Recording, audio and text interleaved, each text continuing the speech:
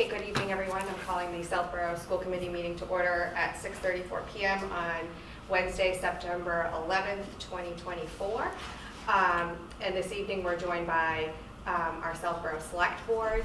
We have an agenda topic to work with them on in appointing our 5th member to the school committee.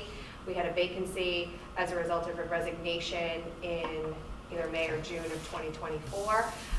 And we have 3 people who have applied for the position, and we will be interviewing this evening, and if it's the will of the committees, then we will be appointing. And Mr. Jim Hegarty, our town clerk, is also here, if that's the case, to be able to swear the person in and participate for the rest of the meeting. So with that, I'll let Ms. Cook call the meeting to order.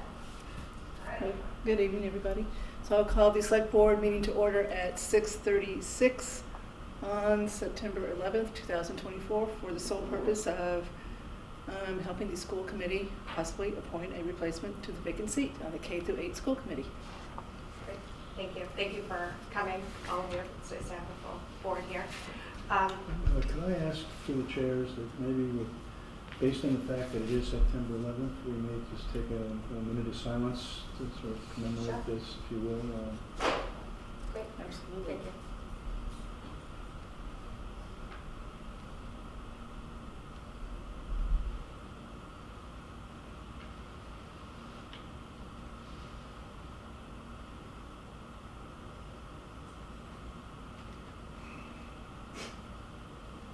Okay, thank you very much.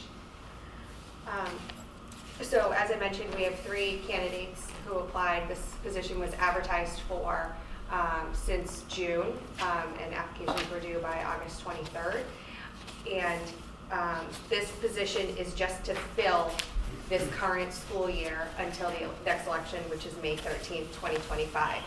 This particular vacancy term is not up until May of 2026, so this will be an open seat on the ballot in May of 25 for a 1-year term.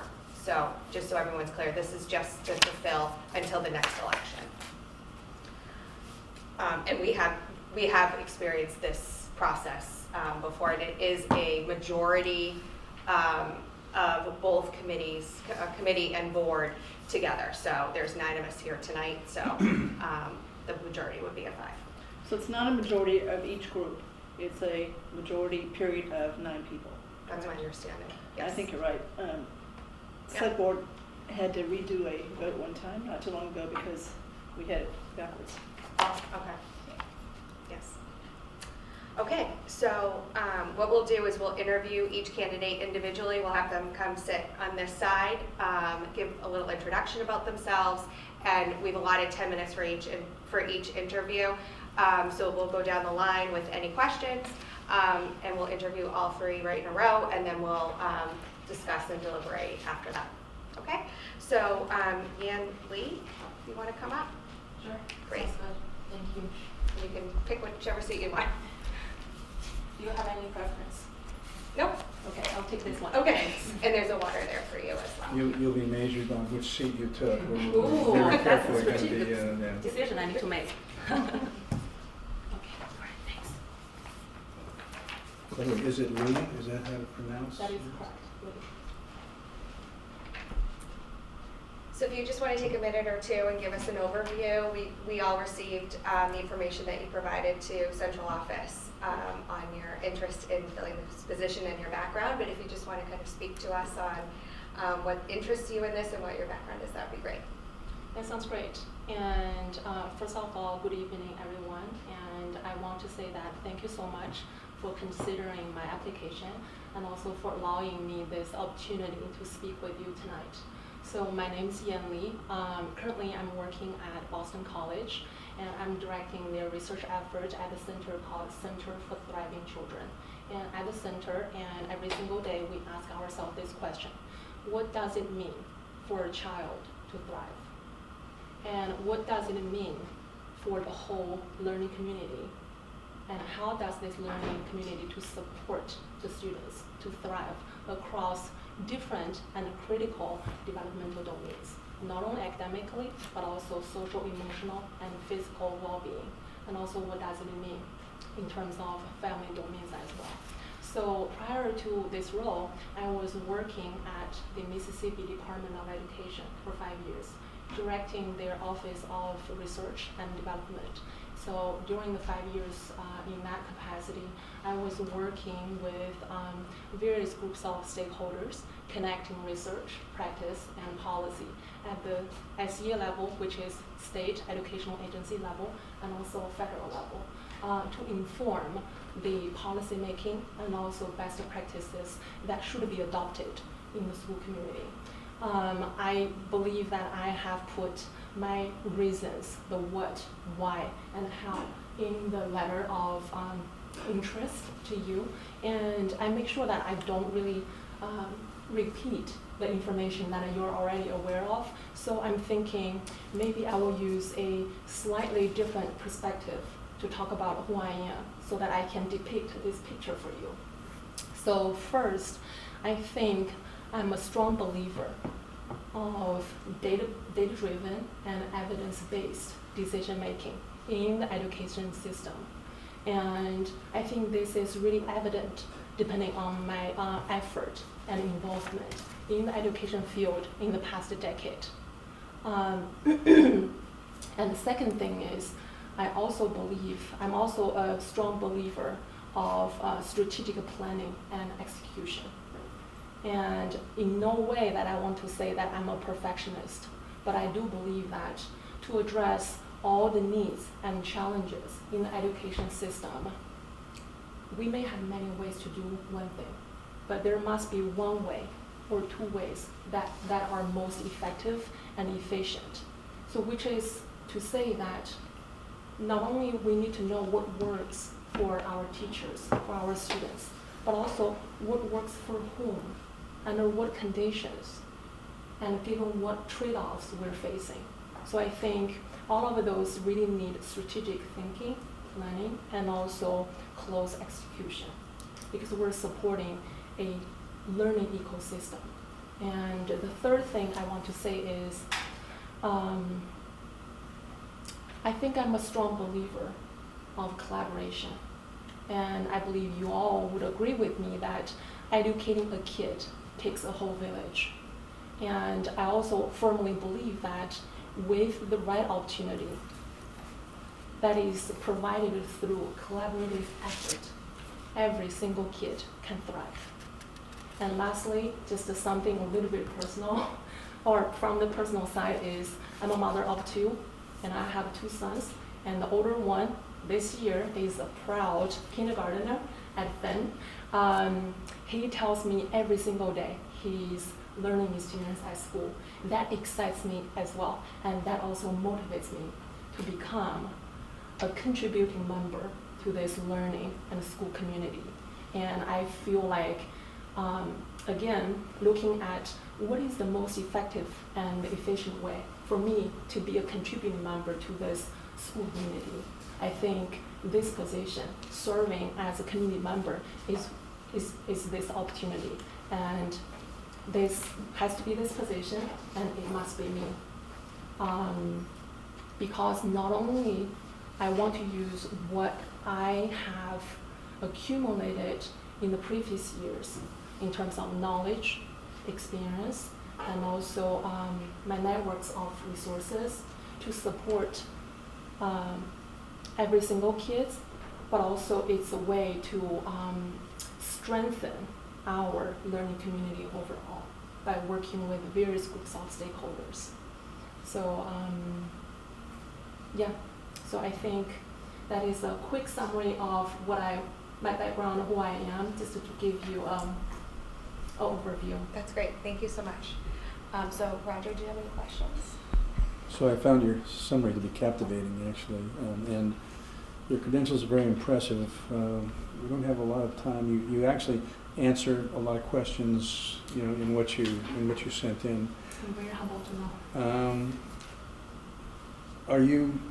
So this is a kind of a short-term appointment. Yes.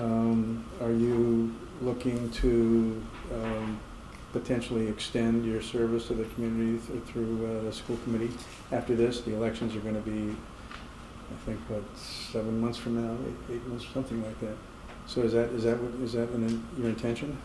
I really appreciate this question, and yes, I believe that's my intention. Okay. I've been thinking about, again, what's the most effective and efficient way for me to contribute to our school community, and I think this is the way. And especially, I've been thinking about this since the pandemic. I mean, the pandemic has augmented all the issues that is faced by the learning community, and through my past 10 years experience in this education field, I feel like I've seen the strength and also needs in our education system. And I feel like I'm very aware of the interests and strength and also areas that we could potentially improve that our students are facing and also our educators are facing, our school systems are facing. So this is not a sprint, just 1 year or 7 months of effort or contribution. It must be a marathon, and I'm very committed to this. Thank you. All set? Okay, Laura?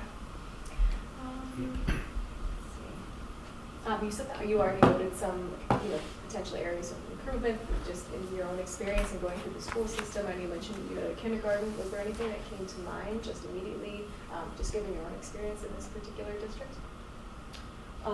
If I may rephrase your question to make sure that I fully understand. So you're asking about my impression from my perspective in terms of some potential or possible challenges faced by the school community, right? I appreciate that question. It's a great one. So I think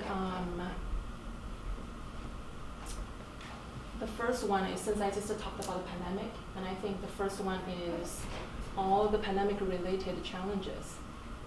And I believe that this is Southborough Public School, this system, our learning community is not alone in facing those challenges and needs. And as you all know that since the pandemic hit in early 2020 and all school closed and the students faced rounds of learning issues. And as one of the results of the pandemic, students cannot read or do math at the grade level, right? So students are facing the rising chronic absenteeism issue. So we have a lot of issues, and I believe that as part of the school systems in this country, and we're not alone. And I think maybe achievement gaps, we may need to think about it, and also the learning is totally impacted by the pandemic, and how to recover and accelerate this learning post the pandemic is also something or challenge that we need to think about. The second thing as a potential challenge, I do not know, but I have a feeling it is something that maybe our board members or committee members are thinking about, is how to sustain the effective programs and interventions post the pandemic, and how to allocate or reallocate the fundings or resources. The reason why I'm saying this is since the pandemic, and school districts across the country, they have been receiving fundings from the state, from the federal, in terms of addressing pandemic-caused learning needs. And for example, the ESSER funding, for example, the ENS funding, for example, the 1008 funding. But the issue is, as we're moving away from the deep pandemic crisis, and those fundings will likely be taken away, and you know that some will be taken away. And in that case, for some of those effective learning programs or interventions that is being adopted in the school systems, we know that they're working, but if the fundings will be taken away, we need to think strategically about how to sustain the effects of those working programs. So I think that might be a challenge that we should think about. I can think of many, but I'm very sensitive to the time that we have. Okay, I mean, with that in mind, should we pass it to the select board? Or is everybody gonna get a chance to ask a question? It's gonna be. I think we should prioritize school committee questions first, and then if we, Okay. yeah. I think one of our roles is, you know, a liaison from the community to the superintendent and other leadership members of leadership for the school system. So what have you heard from your immediate network of other parents or other kids maybe that are friends with your sons that you would potentially bring to the school committee for discussion? That is a great question. I'm trying to think the specific difference between the focus of your question with the question I just answered. And how to say this? I think one of the things is the students' social emotional learning challenges in the era of post-pandemic. And I think even before the pandemic happened, and we should pay equal attention to students' needs and strength in the social emotional learning field and also their physical well-being field as well. So basically, if a student succeed throughout the K-12 education system or even post-high school or post-secondary success, I think not only students should be not only we should pay the specific attention to their academic needs and strength, but also the other domains, because those domains are critical developmental domains they're facing. And I think I would bring this topic to the network and suggesting if is it possible to look at the kid, every single kid, from the holistic perspective, because every student is unique and every student deserves the holistic overview of their interest, their strength, and also the areas they can potentially improve with the effort from this so-called whole village or this school community. And also in what ways we can tailor or customize their learning experience. And for example, what are some enrichment programs or services they will benefit from?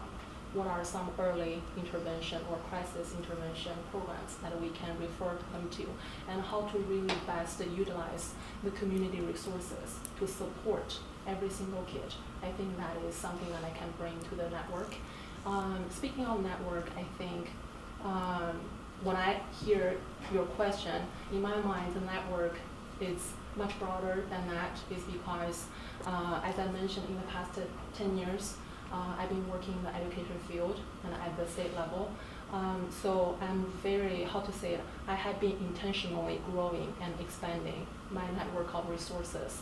And I'm very connected with different states, Department of Education. And in this state, I'm also very connected with DESE, which is our State Department of Education, and also at the federal level as well.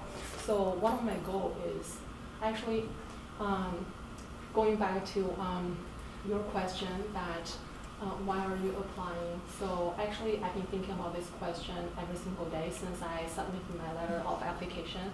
And even today, when I was driving back from the hospital, as you can see, I still have this wristband from the hospital because my son is still in the ICU. And when I, start the car, start engine, I was asking myself this question: Yan, why are you running? Your son is in ICU and he needs you, and why are you taking a few hours away? And because I've been thinking about those, and I'm thinking,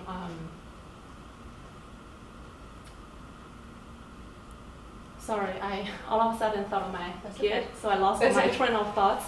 But going back to that, I think this is one of the ways I can contribute to the committee and to this school community, and so that my years of networks of resources will become our network of resources to ultimately empower our students and support our educators. So I just have one question, and I'm very sorry to hear about your son. I hope he is doing okay. Have you had a chance to watch any of the prior school committee meetings or familiarize yourself with our strategic plan and kind of what our hot topics are in the for this school year or prior school year? Absolutely. So I think, like I said, I have many reasons why I'm running, and this is one of the reasons, one of many reasons. Even before I learned about this opening, and even before I submitted my letter of interest, I moved to Southborough, the town of Southborough, over 4 years ago, actually at the beginning of the pandemic. And I think during my second year here, I started watching some of our community members or committee meetings to really learn about, the structure and the priorities, the ongoing and planned educational goals and objectives within the school district, simply because I'm very used to attending board meetings while I was working at the State Department of Education, and I just feel like maybe just like my husband feels, very interested in watching football regularly, and to me, watching board meetings and discussion is kind of my sport. So yes, I'm very familiar, and also in terms of motivation, I feel like.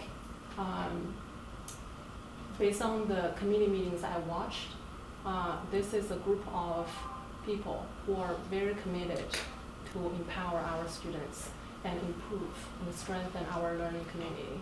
And I'm very motivated by this, and I will be very proud, and it will be an honor for me to be part of it. Great, thank you. So, Andrew, you want to start? We'll go left to right. Sure. So, you have an outstanding resume, and it sounds like from what I'm hearing, you have a lot of deep experience in educational policy and research. A lot of it at kind of the state, national level, and are eager to apply it to our town's school committee. I thought Alan was going to ask the question, which I was going to try to ask now about a liaison. I think of the school committee as a liaison, not just between the administration and all the parents and the town residents. Sometimes that can be a difficult process where you can come up with a strategic plan and say these are our goals, and just that this happens in the select board too. It's guaranteed that each year there's going to be one or two issues that come up that are hot topic, controversial, difficult. So how could you speak to what experience you have in a position where you're maybe making decisions that are going to be, not everyone's going to be happy with it? How do you approach gathering information from people, maybe coming up with compromises, and if you don't have experience like that, how would you approach it in this position? I really appreciate that question, because this question will allow me an opportunity to use maybe some of my maybe one example to demonstrate. So yes, I do have experience in that field, and actually I have a lot of experience. The reason why I'm saying this is because not to mention the work that I do here at the Boston College, leading a research practice partnership, working with the superintendents, principals across the country to address all of school factors that may impede student learning. And even my previous position working at the state, although yes, that is at the state level, but I think the ICA level is in its really unique position that anything that we have faced at that level will actually link not only the federal level, but also actually deep the roots into the local and school level. And there are just so many cases or situations that we have received or faced situations with different groups of stakeholders in the school community. That is, like you said, not everyone is happy. For example, when I was playing a significant role in developing the state's public dashboard, the data dashboard, and some of the parents may not be very happy because of how student information was displayed as an indicator on the dashboard. And some parents may say, in this way, and it may not be really aligned with what we think or how we envision things could happen. And I think, situations like this happen all the time. We're not really sitting in a siloed office to really make a strategic plan and then try to find ways to implement it. The work really happen on the ground. And in that case, in that situation, I think one, it depends on the situation, right, we're facing. And there are many ways or many areas that we can look at the issues that we're having. But I think among the many areas, communication is the key. And I believe that many of you would agree with me on that. And communication is the key is, I think, from different perspectives based on my experience. Number one is the communication should meet where they are. Basically, what is their preference and what is the issue and how do they want to be understood. And I think we should really place communication in that way. It's meet where they are. And the second thing is we also need to look at the frequency of the communication in terms of that specific issue being raised and also what is the channel or what are the channels being used to address that very specific issue that is raised. And the third one is if there's any negative roadblocks, we need to make sure that we are very mindful and intentional about any negative roadblocks and make sure that we find ways to pass it and move forward. So yes, I do have a lot of experience, and that is just one very quick example to demonstrate. Thank you. Very impressive CV, very articulate statements. I've heard what I need to hear, so I'm all set. Thank you. Marguerite? I'm very sorry about your son, and I hope that he is better soon. And Thank you. I think we all do. Thank you. Anyway, I wanted to ask you, you mentioned the pandemic as being something that we're still feeling the effects of. And I've taught for many, many years. And what I'm seeing now is enormously impacting the classroom is things like cell phones and AI. And I see that as something that's has to be dealt with. What are your thoughts on electronics and cell phones, for instance, and children's addiction to cell phones and the educational process?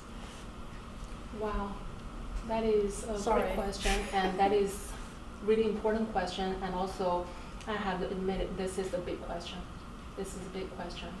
And from my perspective, very honestly speaking, I think cell phone itself, if students use it very often, and that is a challenge, right?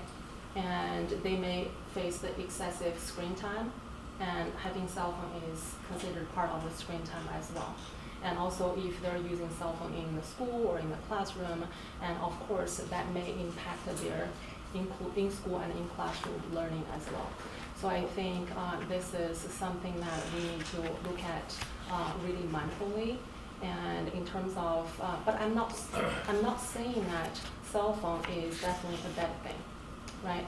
So we need to understand what are the needed ways a cell phone is required or need or will help the students to be connected to learning and connected to the school environment and connected to their satisfaction and connectedness to the learning, to the classroom.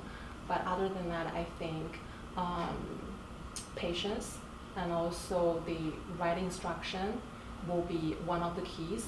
And the other thing might be we need to really look at the students holistically and what are the interests of these kids and in what ways we may substitute the cell phone use with some other enrichment programs and services so that the kids will be guided on a adjusted trajectory so that we can support the students' learning. Thank you. So I agree with Sam, totally impressive. You're totally qualified. This is so impressive hearing what you've got to say. So I'm going to ask one really easy question and one a little bit more difficult. And I'm asking this for a reason. So how'd you end up at Ole Miss? Oh. I'm from the South, that's why I'm asking this. So, and then second part, did you meet your husband down there? Is that why he likes football so much, is because of SEC football, which people up here don't really appreciate how important football is to the South down there? I feel like I will need more than 5 minutes to talk about this. So I'm really happy and honored to connect after the meeting as well to talk more, maybe a lot of stories. So long story short, to answer the second part of your question, I spent 10 years in Mississippi, 5 years in the PhD program, and got my PhD in economics. So specifically economics in education. And then 5 years directing an office at the state education agency. My husband was born and raised in Louisiana, so we met in Mississippi. So he moved to Mississippi because of me and because of the job that I took while I was in Mississippi. So that is the answer to the second part. I will have more small story. So I'm sure. I don't hear much of a twang, I will say that. I've lost mine too. The second one is kind of keying off what Marguerite started asking about.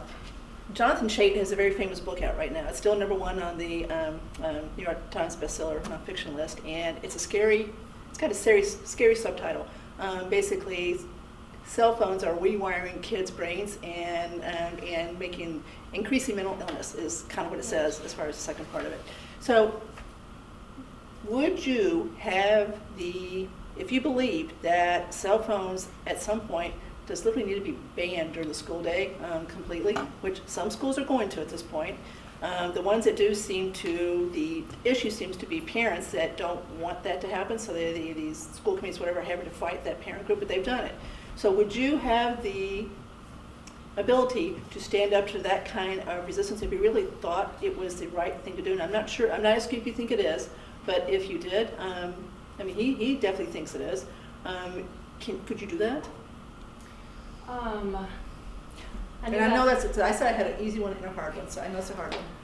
So that is my experience as well. Whenever I hear the questions started with this is an easy question, I already know, this is going to be a really difficult question. So I appreciate this question, and I typically would answer every question that I received in a really straightforward way with reasons 1, 2, 3, 4, and 5. And for this question, I think I might want to answer it in a vague way, because this is not a simple issue. This simply is not a simple issue. And there are just a lot of research on this, on how tablets, TVs, and cell phones, etc. may have effects on students, on their developmental domains, and on their learning outcomes. So I don't think I want to really list all those existing evidence in the literature and also in the field. And also I know that there are many comments and opinions from the communities on this issue as well. So I think, to me, I would love to, if I'm going to face this issue or discussion with all the board members or committee members, I would, love to deepen my understanding on this very specific issue in the field. And second, work very closely with all the committee members to learn about your perspective, to learn about your vision on this.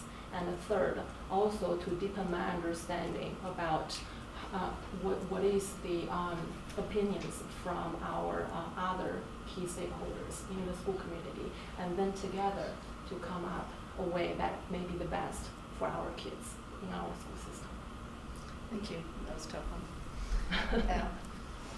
Could you talk a little bit about addressing the issues that face our special needs community? Special needs community. It's, how to say this? This is one of the most important groups of students that requires our attention. And I think we need to really understand about their interest, their strength, and their very specific needs. And I think we need to also look at are there any specific achievement gap that our special education students they're facing comparing to their peer groups. And I think we need to think about designing the tailored learning experience for our special needs, special education needs students. But I'm still thinking, so, but also I'm very sensitive to the time that we have, because Kevin told me that his interviews starts at 6:50, so. Well, thank you very much. I think your resume is fabulous, and I think you answered everyone's questions, and we appreciate getting to know you. So I'm going to have you go back to the audience, and Kamali's going to come up as our next interview. Thank you so much. Thank you. Thank you, Dr. Lee. Okay, Kamali O'Mealy, you can come up, please. Thank you for coming. Thank you for having me. If you want to take a minute or two to kind of give a general overview, everybody received your letter of interest and background information, but if you just want to take a few minutes, I think most of us at the table know you, but just for the public. Yep, certainly. My name is Kamali O'Mealy. I have been a resident here for 7 years in Southborough. I'm a transplant. I moved here from New York with my family, and I have a spouse and 3 kids. One interesting thing is that our experience has been that we've been through all of the schools in Southborough, especially at the elementary level, and so we currently range from kindergarten to middle school to high school. A little bit about myself for in my professional life. I'm educated as an engineer. I work currently in finance, and my focus is on data and insights enablement. We talked about that a lot tonight, about how data helps to inform our decisions here at the school committee in our district. I use that for financial services. One of the things that I think I would like folks to know about me is that, yes, I previously did serve on the Southborough School Committee. I'm familiar with the policy, strategy, and all the partners that we work with. But what I'm doing here tonight is putting myself forward as a candidate for this interim period. I feel very passionate still, the same way I did in 2019 when I decided to run in 2020, about, and I feel a sense of urgency about the issues that we are facing here in our district. And that is what has led me to say, how can I help my colleagues? I consider the school committee and the educators as well as the administration team as colleagues, because we're all working together for the same goal, which is the benefit of the children. And I think that the best way I can help is by offering to serve for this interim period, so that we can make the decisions, take actions on the policies, make sure that we do correct budget planning and decision making for this coming term. So, Thank you. Mm-hmm. Roger, any questions? I really don't have any questions other than, Kamal, you said a couple of times that you're looking to serve in the interim, so you're not looking to go forward after this. So you're not planning to run for this school committee for the next term. And let me tell you that I think it's a good thing to have change, to have influence back into the board. I was able to serve for 4 years. 3 of those were defined. 1 was an extension, and now I'm offering to do that again. I think it's very healthy to have new candidates. Laura and Alan, when they joined last year. One of the things about me, I'm not selfish. I don't have I feel like very open in sharing information, and that we can learn and grow together And so when I saw that these two candidates were running, I offered, are there any questions that you may have? Like, how can I help you understand the position that you're about to be in? And so if there are other people that would like to run in the 25-26 school year, I think that they should begin thinking about that now. Thank you. Yes, you mentioned, one of the reasons that you wanted to run was feeling that sense of urgency. Yeah. I was just wondering if you could expand on that a little bit for everyone, just to understand, whether there's particular topics or just speak to that a bit more, just so we have a sense of that. Yes, I'll start where Mr. Hamilton, where you left off, are the students that have that are neurodiverse, that learn differently. I think that my growth area as part of the committee was largely in part by being part of a subcommittee called NSPAC. And I learned so much about the types of services that a school system needs to provide, mandated, as well as those that are supplemental. And so I think that's an area that I feel like we have an urgent need in terms of fostering. There's a growth of students that need those services happening in our town and likely, in Massachusetts and surrounding areas as well. So that's one area. I also think we are in the middle of deciding what we're doing with our building, our school building, in terms of nearing. There is, over the summer, I've been listening to, watching the Facebook website for that committee, and I think that's another very pertinent area that I would like to be a part of, influence, help to inform my community members. I'm a part of a very close-knit community. We call ourselves Kimberly Park. If you've lived here longer than that, 10 years, you know that name. And we are very involved, and each of us have our own networks that expand throughout Southborough. I think another area that I want to impact is around the policies that we have. The policies that we have showed up as needing work, expansion, and developing, especially at the end of last year when we were faced with a difficult time where we had language and experience that was really troubling, that a fifth grader had to experience, and classrooms of fourth and fifth graders had to experience. And when we realized and we were trying to recover from that, you could see where there were gaps in the policy. And so I can't put that on to our administrative team. That's us as the school committee that needs to revamp those policies. And then also feel very strongly about the hiring that we need to do to help us to, as a district, to be able to implement these policies. So that was one of the suggestions that I made prior to leaving this term. I know there's been a lot of work over the summer in that area, and I would like to further be involved with what is it that team of individuals or individual would be doing for all of us. I could go on, but those are some, Laura, that, as you can see, when I say that I still feel passionate about this, yes, those are some of them. You mentioned, there's a lot of complex things going on, and so do you feel, when you were applying for this, did you feel like it is better to have somebody who has experience and can maintain consistency in the face of all of these complex things going on?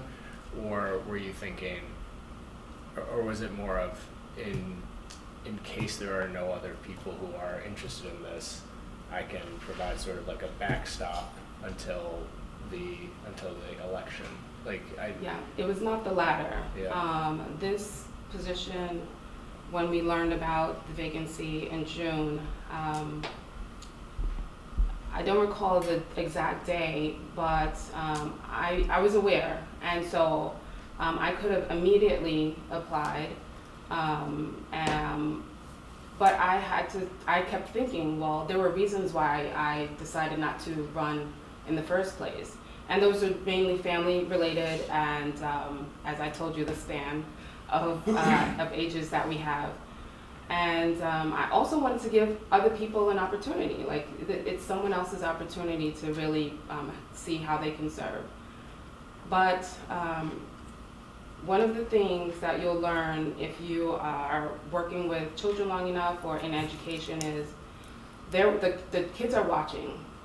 And the things that we do as parents, or if you're not a parent, you could be a grandparent or a single person, but the things that we do as adults, they're watching us. And as I was, where we have most of our deep conversations in the car, traveling from one place to the other, I said to my teenager, you know, I'm thinking about running for the school committee again. I know that I just discussed with you all that I'm not going to redo it. And before I could finish my sentence, she says, well, if you have a skill that you're good at and this is something you want to do, then you should do it. If you think that this is, you know, she said, you have a God-given gift that you like to do, and so you should do that. And I couldn't argue with that, you know, and it was kind of just the playback of what it is that I've been telling them all along. So still, I waited, and there was a day where I was able to get all of my thoughts together because I wanted to really relate to both Greg and all of you why it is that I was running, and I hope that in the letter that you received that really explained it. You know, I think that our CVs are important, our work history and our education are important, but I think what I offer that what I bring best to the table is what I have learned here already as a school committee member. So it is definitely you know, it is because I want to be here and not as a just in case or a backup plan. Thank you. You're welcome. I don't have any further questions. I think you answered all of them, and so I'll hand it over to Select Board. Andrew? Hi, Kamali. Certainly very familiar with you. I think we did a great job on the school committee before. In thinking about this meeting, you know, I think there was a precedent for it where last year, and I just want to make sure it was on the school committee, not the regional school committee, right? Where there was similarly a vacancy, and then Jessica Devine came in, and she was a prior member, came in, and the idea was we provide some experience, kind of stability to fill out this term. Is that kind of the idea of what you're looking to do here?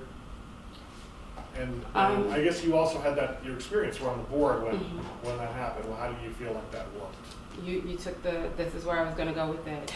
I feel some responsibility in the way that things ended, right? So I was part of the board. I chaired the board in May and April, and I think that all of the communications that I had with families during that time, all of the information that I shared via school committee meetings, what I offered as here are the things that we need to offer as changes. Chelsea is already implementing a lot of those, which is amazing.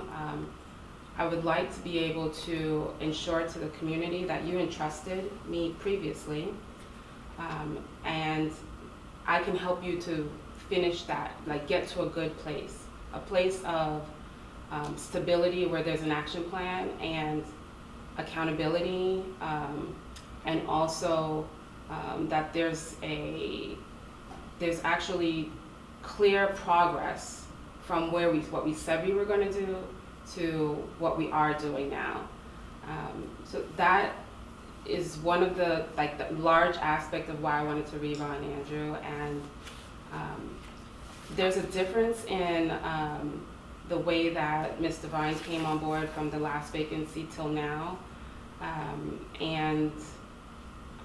I couldn't compare the two because that was a different situation and different timing. But as I said, I think that it would be of value to these four to be able to have someone that's already gone to all the MASC training, that already understands the rules. What is Oh, Massachusetts Association of School Committees. Okay. We have particular training that you need to attend and pass, if you will, have signed off, so that you understand the different types of rules and decorum so that we can communicate appropriately with the community and each other, as well as the administrative staff. I hope that was helpful. Thank you. You're welcome. Thank you, good to see you. Hi, Thanks Joe. for volunteering for this, stepping forward. As you probably know, I've attended a large portion of school committee meetings, reviewed them over the last year, so I've seen you in action for a number of years, and I'm impressed. You're well qualified. I don't have any other questions at this point. Thank you. Marguerite? I don't know you as well as I feel that I should, but I certainly can see that between your children and your years on the school committee, you have got a huge amount of experience. And one of my questions was what you would do, what you would see as coming in 5 years, say, for instance, for the school system that you would need. But you answered that all. It was the SPED, it was the policies, it was the it was the hiring that would be appropriate. Because I have the sense, and that's no more than a sense, that sometimes the schools are in a really odd position where they're reacting to things that are coming at them rather than having a philosophy and a plan that they can follow, because there's so many things that are at play. So, simplified question, what are your feelings about state and federal mandates as they affect our schools?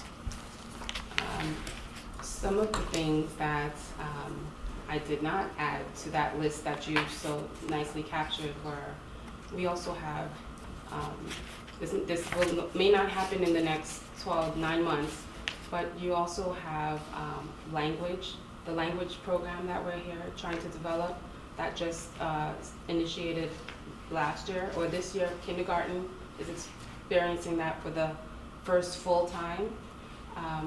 That was something that didn't exist previously, and it's going to go from K through middle school and up. We used to start only in middle school, now we start that all the way at kindergarten. So that was something that years ago was a vision that we were able to put in place, and something that we want to continue going forward. How do you do that? It's making sure we have a team in place. We actually we have someone hired, and also have a team to facilitate that, and not just in Southborough, but across all of our schools. In terms of state and federal policy, how do I feel about the impact that they have to us? Let's talk about some things that happened. Our funding towards lunch and meals. That was something that we had to advocate for, sign letters, and first it was something that was voted for during a time of crisis during the pandemic, but then the continuance of that's something that we have to really make our voices heard to the local legislative team about. I also have a relationship that I think that I foster with our local representative as well. So that is something that I think I can bring to the table. In terms of what are they going to do next, safety, I think, is at the top of the mind for everyone. What legislation needs to happen that is going to positively impact the safety of our schools, our public schools. So that is something, as the board, as a parent, as a mother, I feel strongly about. Those are two that I can offer some clear examples on. Thank you. You're welcome. Hey, Kamala. Hi there. So I know you well, so I don't have a whole lot, but I do appreciate you doing this, and I appreciate your response to Andrew as far as one of the impetuses for wanting to come back and finish something that got started when you were here. And I also appreciate your juggling act, my goodness. I understand Fidelity, I understand Citigroup, and I don't understand 3 kids. I only had 1 and still struggled.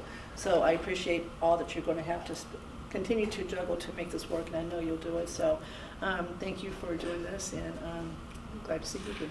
Thank you so much. Al? You answered the question I was going to ask, so I'm good. I'd like to offer too that in no way do I think that just the length of time of someone's service kind of overshadows any of the other candidates in terms of their qualifications and what they could do to impact the community.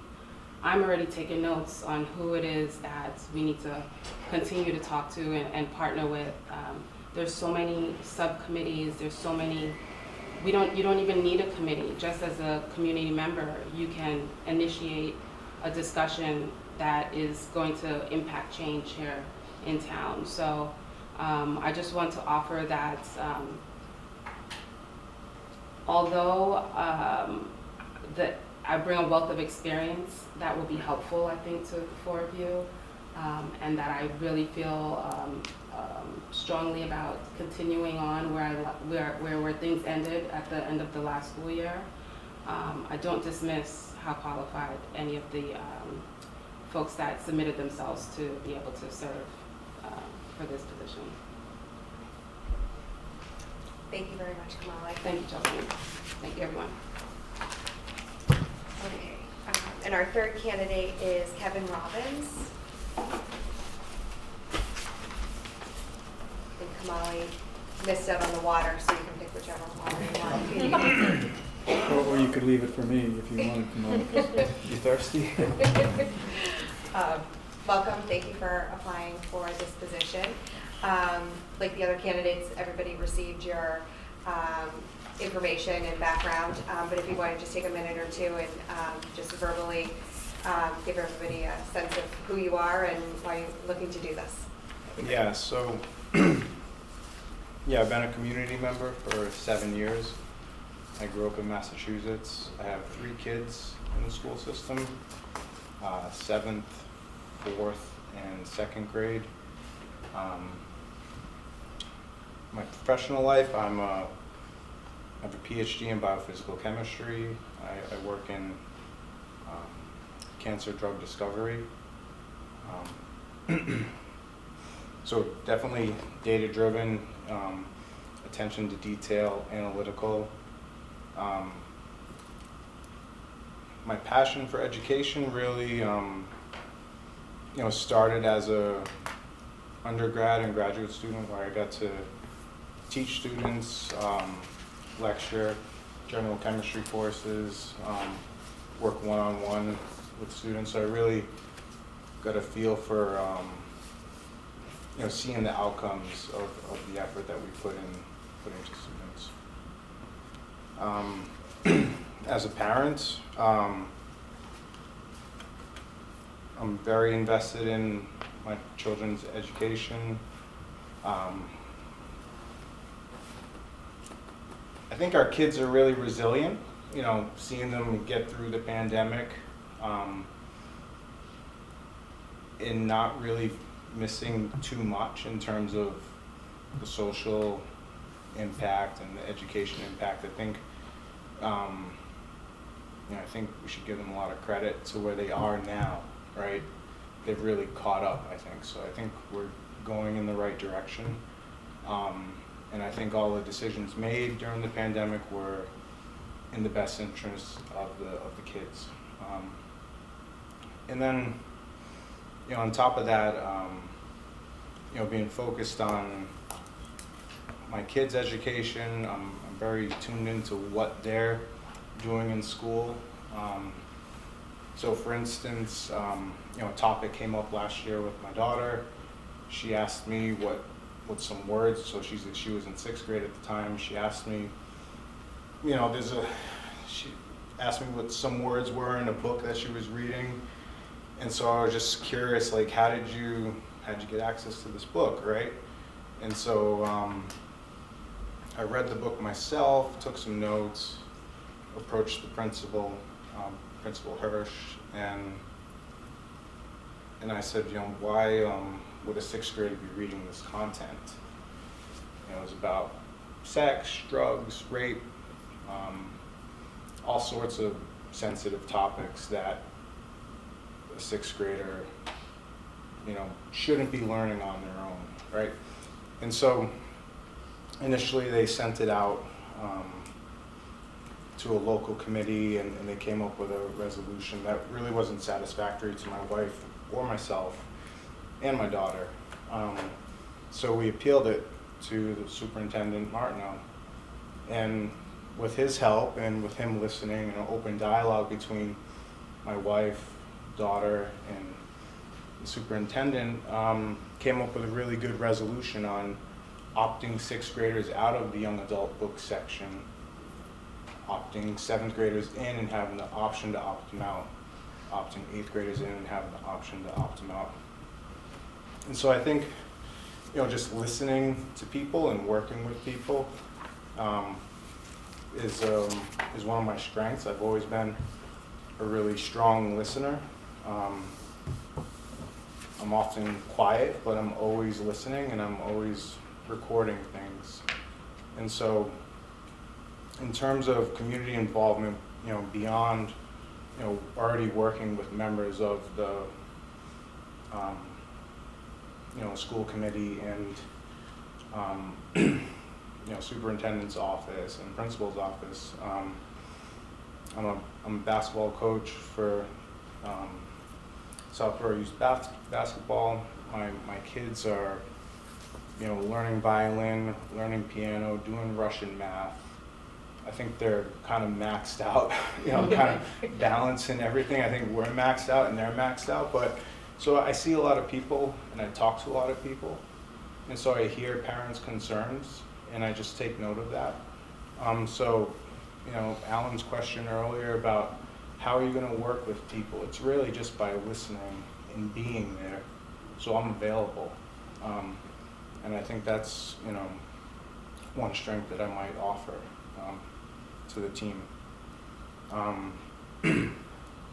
So no, I don't have a lot of education theory background. I don't work with any state or federal agencies. My passion is first are my kids, the community, but then also, finding drugs for cancer. But also giving back to my community in ways like this. I love this town, and I'm going to be here for a while. And even if I'm not selected tonight, I still want to contribute in ways that I can.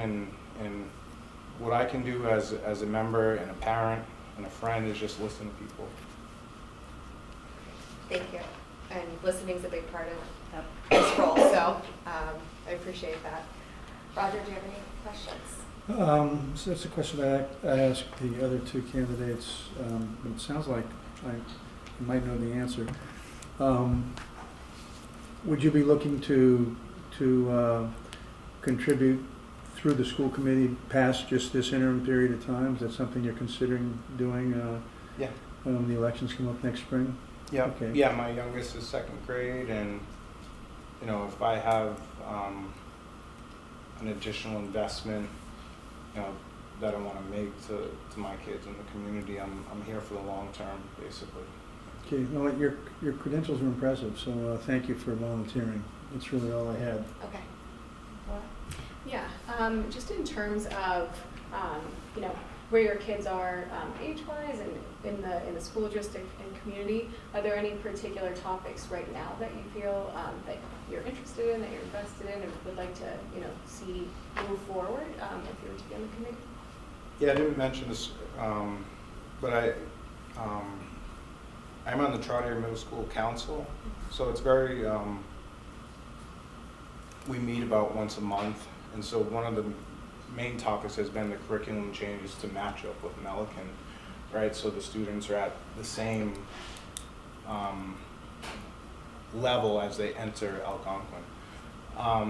So really paying close attention to how those curriculum changes are affecting the kids, and especially coming out of the pandemic, and then on top of that, adding a new curriculum, particularly in mathematics. I think that's one of my main concerns is, the mathematics performance of the students.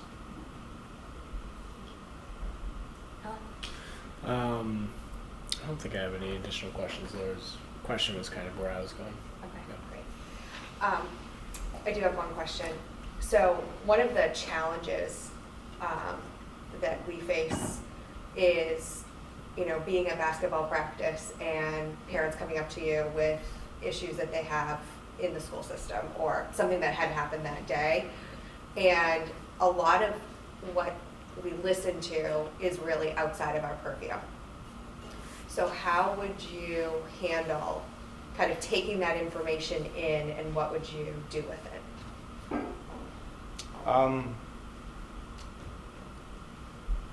I would certainly listen to the parent. I'm not going to offer any opinion right there, so I'd probably just store that information, think about it, bring it back to the team, discuss it then, and maybe get back to them if it's appropriate to get back to them on a personal level. Thank you. Andrew?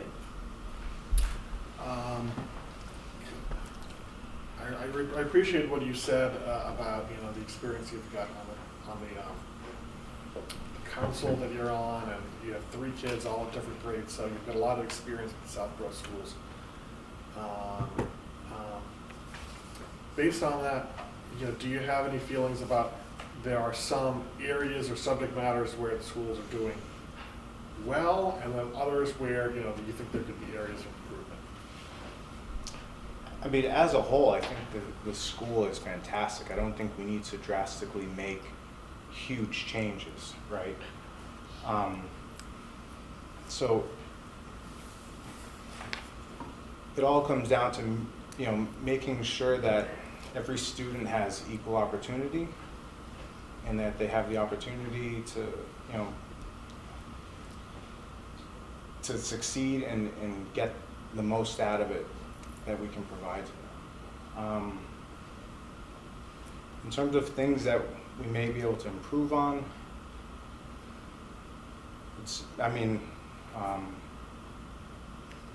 it could be, the math programs, putting more emphasis on that. I know, right now it's geared towards group learning and group feedback and group work in math, which is great. One of my college courses that I took was a group style learning, and I really liked it.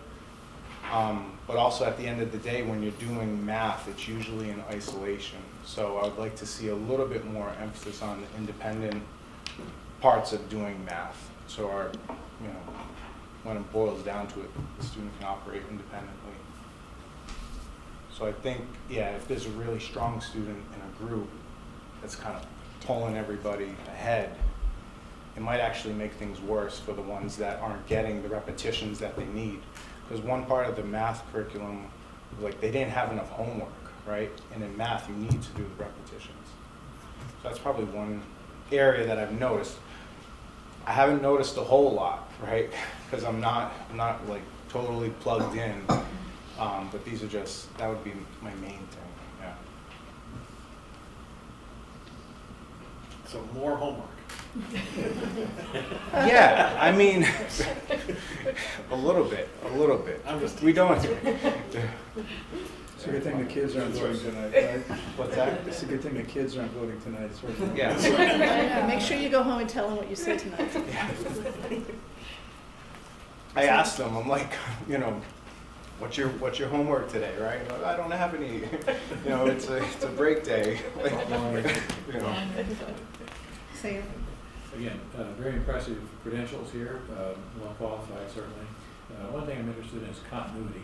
Have you been watching school committee meetings so you feel you're up to speed in terms of what the current issues are and some of the recent history the school committee has had? I'll be honest, I haven't watched a lot of school committee videos. I have watched a couple.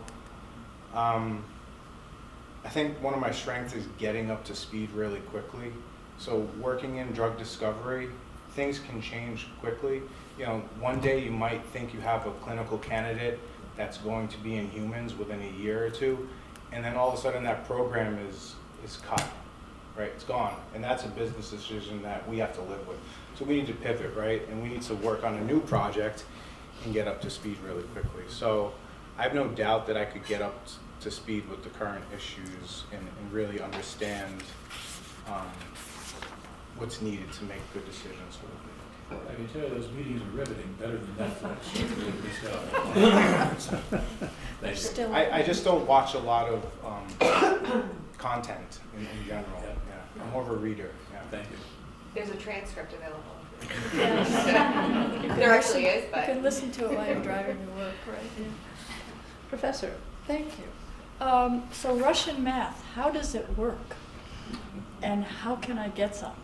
No, it's the Russian School of Mathematics. It's just one of the platforms that is quite popular among some families. It's the one in Framingham. Well, yeah. My kids do the online just because they're driving around doing the music lessons and stuff and sports. So one less drive out of the house is just easier. So we do the online version of it. Yeah. So I understand that you are on the ground with your kids. So my son learned math, but I don't think he ever had to memorize the multiplication tables ever, and he still doesn't know them. And to me, I came like, it's rote, it's rote, it's rote. You just do it like a song. And then it was like, no, we don't do that anymore. And then it's group learning or not group learning. So there are a lot of different styles, and somehow the kids come out of it fine. Yeah. They just do. So I'm seeing that you have a lot of good ideas about, at the ground level. But in terms of like the larger structures of functioning as part of a group that's setting policy more in terms of budgets and building and all of these kind of things. Is that where your interest is as well? Yeah, from an operation. So if Yep. I work in drug discovery, and this is like it's a big engine. There could be 160 people working on one target. So from an operations standpoint, I find that very interesting. Yeah. Okay. Thank you. Yep. So Dr. Robbins, when I see resumes like this, they're always very intimidating. The person who replaced it, ironically, had a resume that looked a little like this. And I remember the night we interviewed him, Roger and I kind of joked about the papers he'd written. So I'm looking at your dissertation. I mean, interesting. So have no idea to even try to figure out what you did there. I know what amyloid is, but that's about it. Do you know Paul Sechrist at AstraZeneca? He lives in Southborough. What's his last name? Sechrist, Sechrist.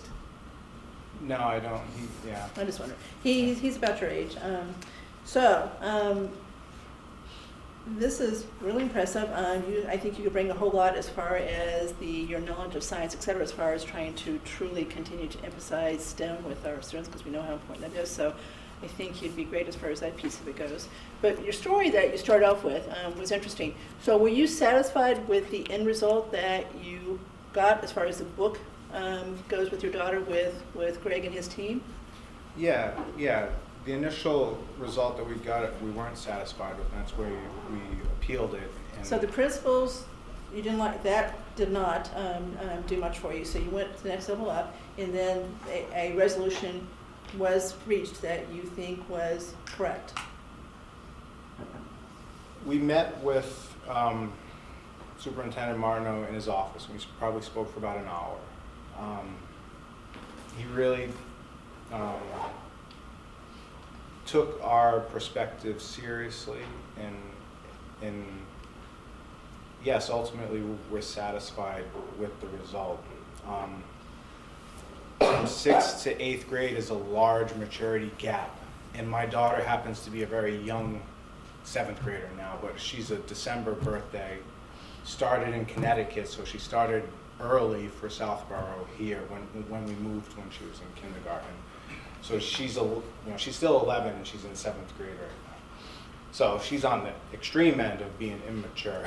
So yeah, so I think it's a good idea to question what the kids are reading, read what the kids are reading before we hand them stuff, right? Because another topic, it wasn't in the book that my daughter was reading, but the book that her friend was reading was rape. And again, should a sixth grader navigate rape independently? I don't think so, right? So these are just some things we should be aware of. You know, I'm all about freedom of choice, but again, there should be some content moderation in that choice, right?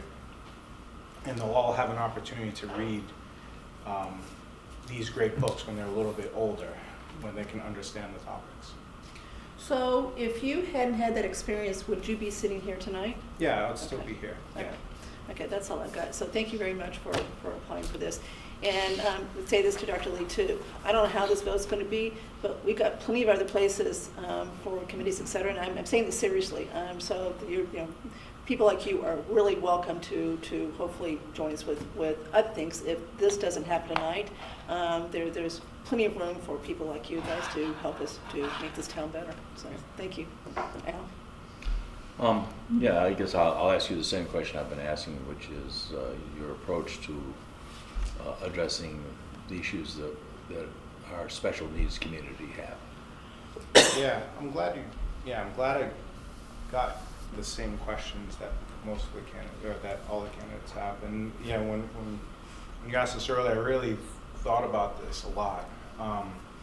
So when my oldest was in 4th grade,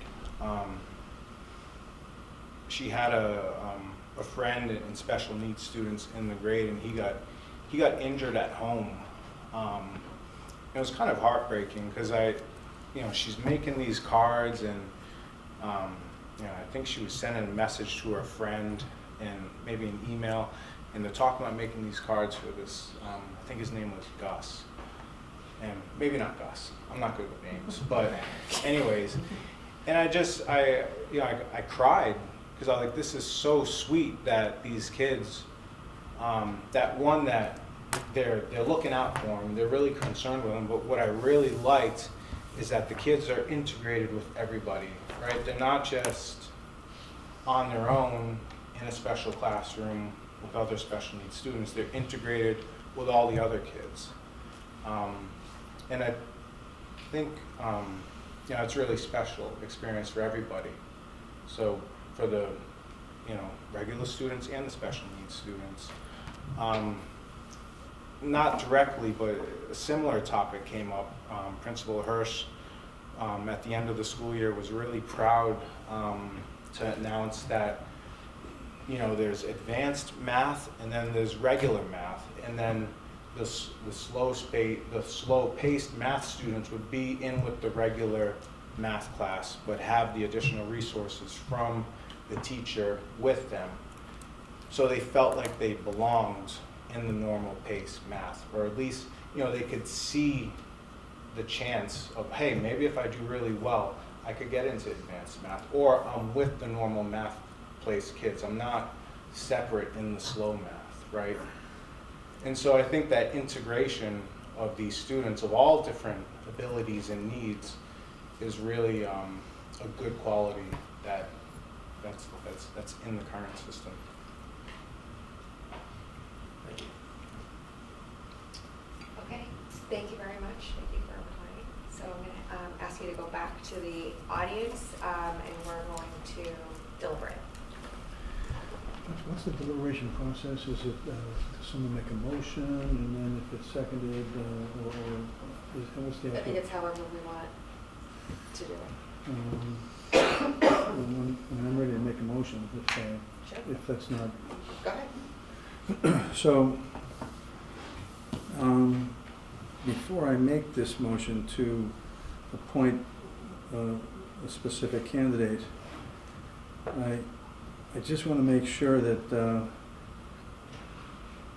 people that heard Ms. Cook try to recruit people for other positions. Well, we're the select board. We're not just the school. We've got lots of I committees we need to fill here. Is that if you're not selected tonight, make sure you keep your calendars open to run for a school committee in the spring, because I can tell you that there's seems to be more experience and capability, or more capability here in these three people that I've seen ever, I think. It's, I'm not sure we can make a bad decision. But I'd like to move that we appoint Kamali Amili for this position. I have 2 reasons. One is, You're gonna make the motion. well, I guess we have to actually And have a then- second and then discussion. Yeah, Okay, so So second. I've made the motion. Okay, go ahead. I have 2 reasons. First is, like I said, I don't think we could go along with any of these candidates. Sometimes circumstances cause you to make a specific decision, that if there were other circumstances, maybe you'd make a different decision. I'm not 100% sure, but Kamali brings a wealth of experience to what we're dealing with on this committee. First of all, and I've worked with Kamali. She's been great, a true asset to the committee. I've worked with her on NSPAC, special needs, and like she said, there's some things we're still working through that I think it would be difficult for anyone that hasn't been involved to kind of walk into what we're trying to finish up over this year. Also, I think we've got a great committee. We're not long on experience. I think that probably half of the committee we still haven't even finished the school year yet. So to have some more experience, kind of hit the ground running for us as a school committee, I think it's paramount importance, actually. My second reason, and we actually had this discussion the last time we did this because we were in this same situation. We're hoping that next spring we get a good selection of citizens run for school committee. And if the appointee is one of the folks that then is running, it's almost like they're starting off as an incumbent, and I don't think that's kind of fair as far as having equal footing for folks that are coming in that really are volunteering to serve for the first time. So I think that because Kamali is not going to be running in the spring, I think it keeps all the possible candidates that are going to run, and hopefully there are many, starting off on equal footing. So those are my 2 reasons. Great. Any other discussion? Go ahead. For me, we got 3 very strong candidates, but for me, there's one that's a star above, and that's Dr. Lee. I'm less concerned about incumbency, and I'm more focused on getting the experience and the capability that she presents. So I am going to vote for Kamali for pretty much the same reasons that Roger espoused. But Dr. Lee, I really hope you stay involved in this and also. So just to make sure you understand what's happening. So tonight we vote, right, and we appoint. And this term expires next May. The second Tuesday in May will be the town election. You have to actually decide to run in March. You have to, what we call, pull papers from that gentleman in the back, Mr. Haggerty. So this is going to happen really fast. So I do believe that it would be unfair to appoint one of you 2. Kamali has at least said for the moment that she doesn't intend to run. So she's just going to work really hard for the next few months without a pressure of knowing she's going to have to do a campaign again. But I really hope you 2 both, if the vote goes for Kamali tonight, you 2 both really will continue to stay involved and consider running next year, because you'll have to decide pretty soon to do it. And it's a 3-year term, except that when you run next May, it's going to be for a 1-year term, because it's finishing the term of the person we're trying to replace right now. Then you'd run again for 3 years. So it sounds like a little bit of a process, but it's worth it. And you 2 both, I think, would be great on this committee. So if it weren't what we're trying to do tonight, it'd be a different story. But there is a lot going on right now. We've got a board that's got, the 4 people here, the 2 very capable people here are brand new. So that's what Mr. Chandler means by short on experience. Now, on the other end, very long on experience, those 2. So it really is a tale of 2 cities. But I think having Kamali come back in, given some of the things that she dealt with last year and the school project very much on the table right now, would probably be very helpful. She does a great job. Kamali look what she went through. She went through COVID, she went through Kim Tollander's death, so she went through a lot in her 4 years for sure. So I think that that's probably the better route to go, but we wouldn't have gone wrong with any of the 3 of you. So I just want to make sure that we appreciate what you've done tonight. Again, I don't know how the vote's going to go, but that's at least one person's opinion. That's a clarifying question. So, if a person, whoever is appointed tonight, do they have to pull papers and go through that process Yes. in the spring? Okay, Yes. so they're not Absolutely. really It's an just, incumbent. Roger made the point that it's like they're an incumbent, and that wouldn't be fair.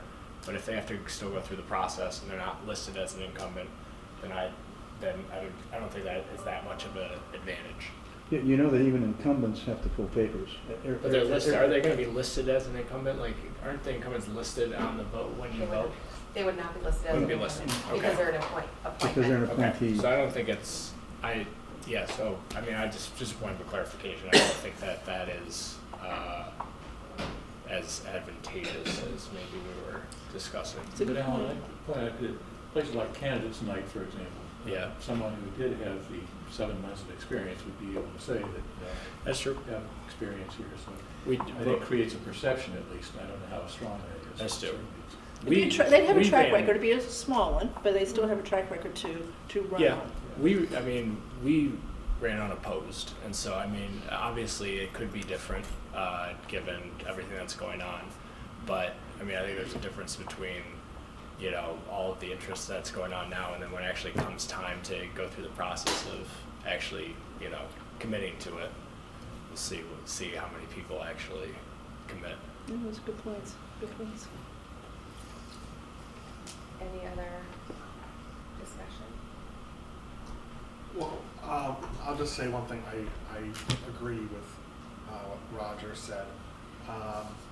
There's just a comfort level for me appointing someone to fill a kind of interim vacant position who's already been there and can hit the ground running.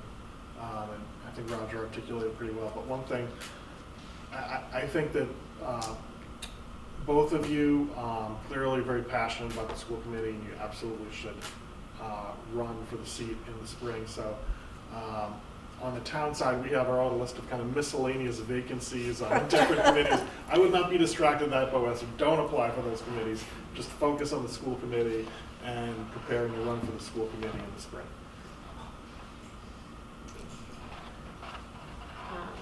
And I'll just add that I'm very happy and impressed with all 3 of you that presented tonight. I thought your materials prior to the meeting were excellent, and I thought you all interviewed exceptionally well. And I appreciate you sitting and getting peppered by 9 people. I think that's a difficult task that this process makes us do. And I think that's a testament to your willingness to put your foot forward on this, and I really appreciate it, and I hope that whoever doesn't get appointed tonight does pursue school committee, actually, because I agree with Andrew. I think you're both, the 2 that don't get it will be very good on school committee. So can we make sure, so Sam, have you any comment? Nope, I'm all set. Okay. Marguerite? I'll defer to whatever the school committee thinks would work best for them. I mean, you're right, these are 3 fabulous people, and I hope to see all of you in town government for a long time to come. I think we all vote together, right? That's what we Yes. think. Okay, so Roger made a motion, I seconded, so all in favor? All opposed? I'll abstain. I wouldn't want to vote against. Okay, So, abstain? yeah, sure. Or you can vote against. What's the difference? What's the difference in this So, case? you, Do I need to? well, I mean, would I you're vote not for in, something else? if you vote no, because it's, Right, it's just. because the motion passes, the motion didn't Right. pass, and we would do another motion. Sure, I'll abstain. Okay, so 7-0-2. Okay, great, thank you. Congratulations, Kamali.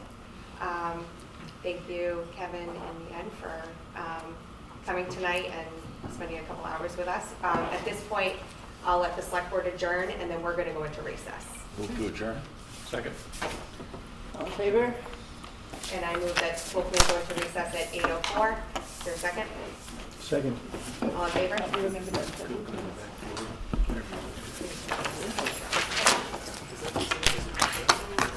Mic's on or off? Are the mics on or off? On. They're on? In recess? In recess?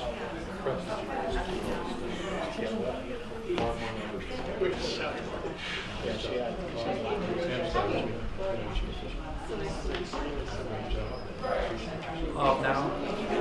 Testing, 1, 2, 3. I've never done this while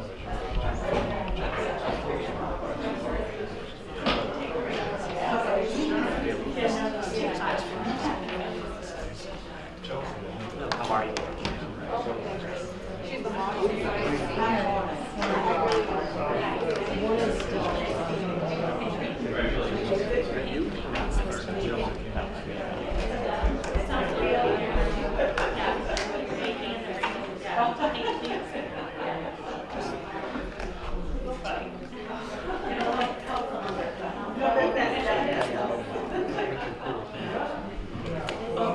Hello, how are you? Yeah, so what you have to do, there's right here. It's okay. Yes, I'm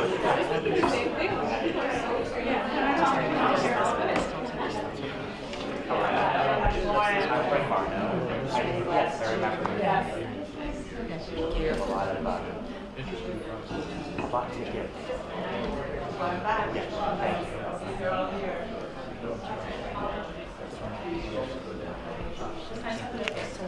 Mia?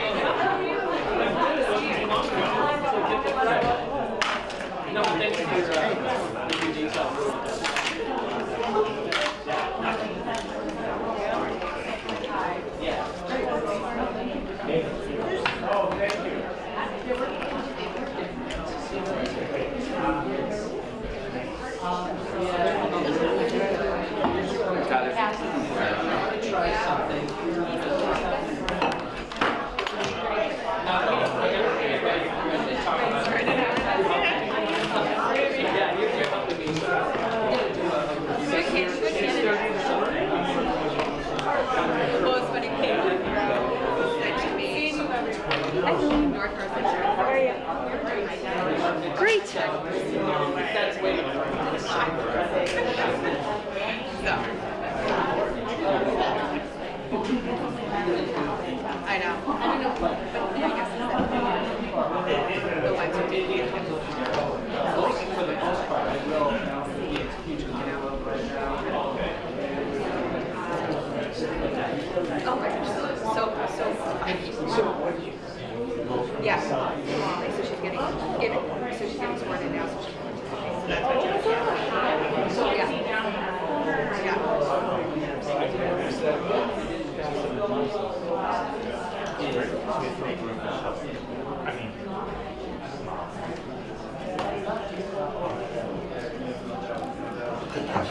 No. Right. No. I know.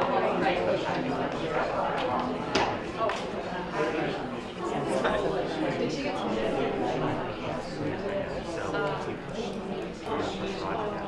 Yeah. So go ahead. Oh, yeah. Yeah, go left. Yeah.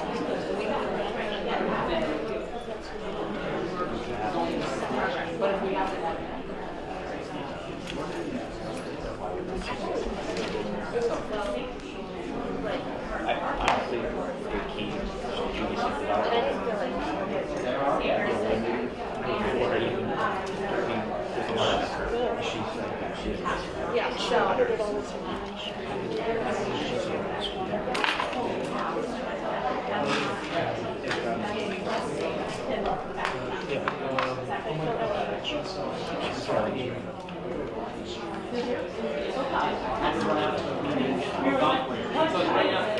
think it's her Who's chair?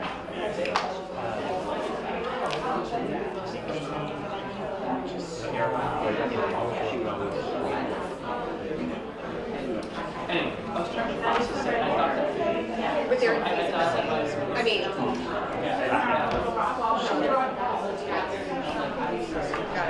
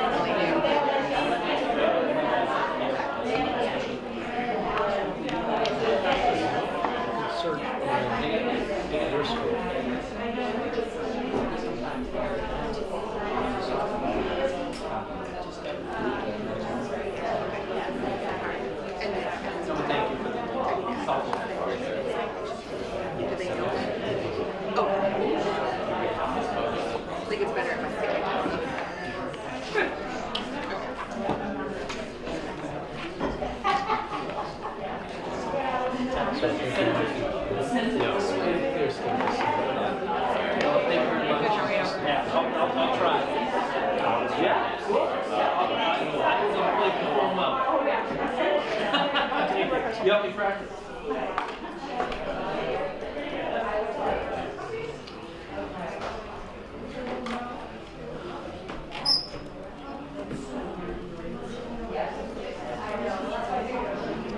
Yeah, she just says, I think she just says,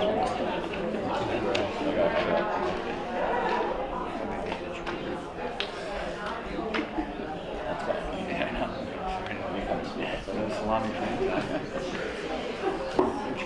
No charcuterie board time?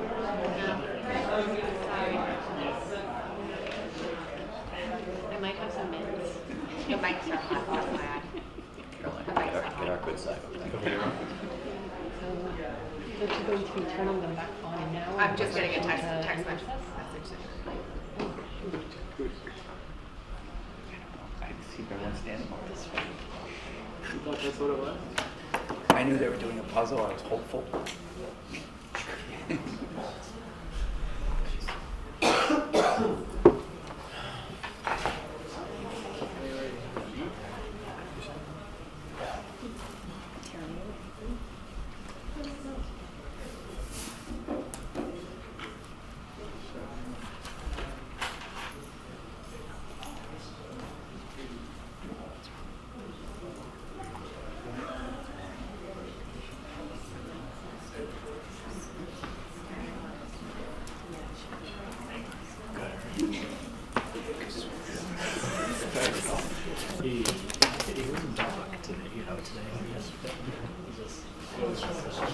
Thank you so much for coming.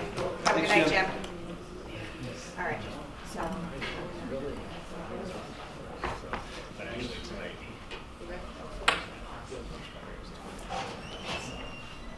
Wait.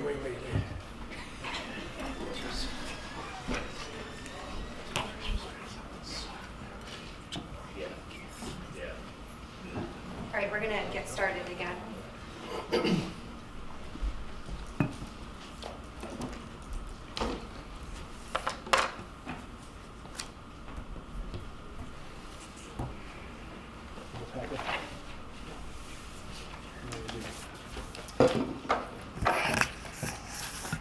All right, we're back in session at 8:13 with our newest member, Kamali O'Mealy. So congratulations, Kamali.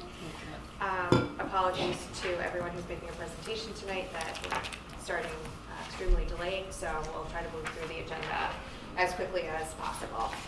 So first up is public comment. So if anybody has a public comment on anything on our agenda or not on our agenda tonight, this is your opportunity to speak to the committee. We ask you to keep to your comments to 3 minutes if possible, and to remain,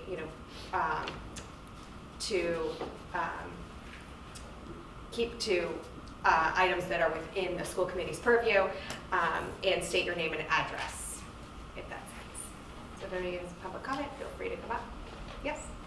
You can come stand or sit in the front row if you want. Hi everyone, my name is Mia Haddad. I'm a resident of Southborough. I live at 19 Orchard Road. I've been in the town for about 8 years now. I had a daughter who just recently entered kindergarten, and I'm here tonight to talk about my concerns with the bus stop location changes. We've, again, been in the town for a long time, and every day we saw the bus pick up at the driveway. But as you all are aware, they've changed the location to the end of the street.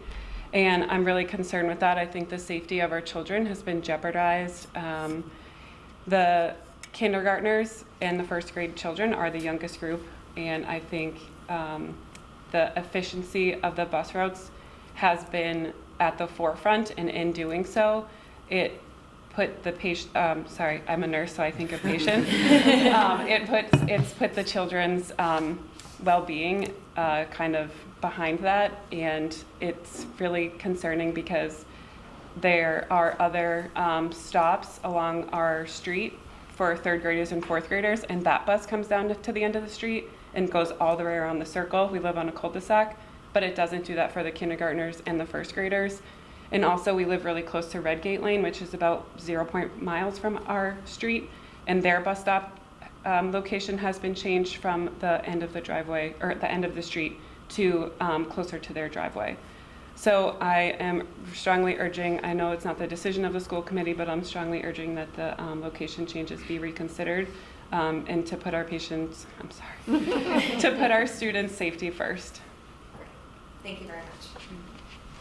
Thank you. Yes. I have a comment also. Okay, perfect. You can just come sit in the front. Awesome. Thank you. Right in the hot seat. Yes. We should have a sign for it. I know, right? Hi, everyone. I'm Nikki Pinkney. I'm also a resident of Southborough, 21 Strawberry Hill Road. I have a second grader and a kindergartner, and I'm also here to talk about the buses. So I echo and agree with all the sentiment that Mia shared, and wanted to just present a couple of other aspects of it that we might not think about every single day. In theory, I agree that we don't want to have the kids on the buses too long. We want to make sure that everybody's safe, and we should be efficient about it, and we want to be cognizant of the budget. It's my understanding that this is under the school committee's purview in the sense that the buses are a piece of the budget, and the contract may be up for renewal within the next year or so. So it's something for us to keep in mind. I've also heard that there are a lot of issues in neighboring towns with kid safety and being able to get a sufficient number of drivers. In practice, some of the changes have resulted in real disruption and concerns. Mia spoke about safety, but I will say that it's also disruptive to basically the entire family.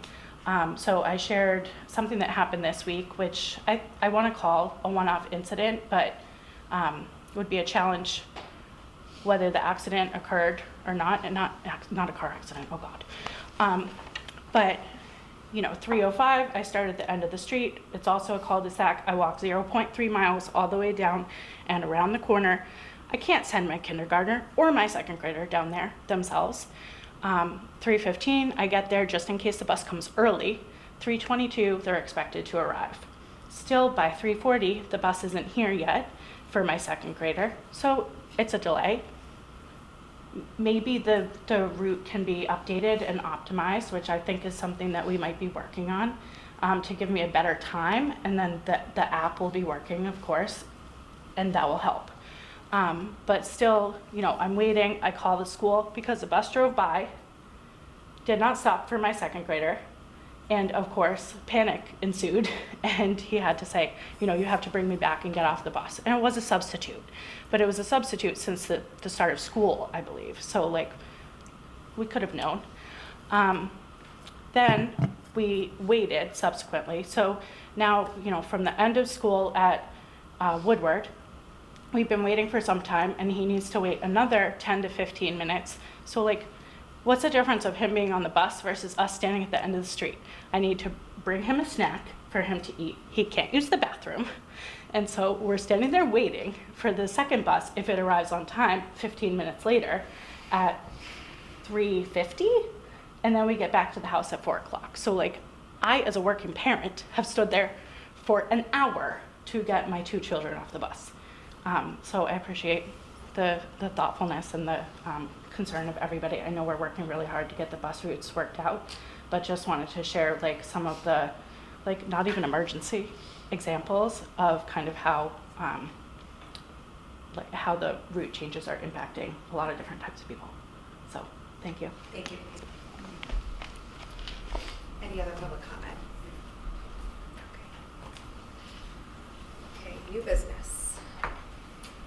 So, well, first of all, welcome to the first school committee meeting of the school year. I know there have been many meetings over the summer, but I'd like to just share that we had a great start to the school year. We welcomed over 800 employees on August 26th, where we gathered as 3 districts, 10 schools, 1 community of learners. And on the first day of school, we welcomed over 4,200 students.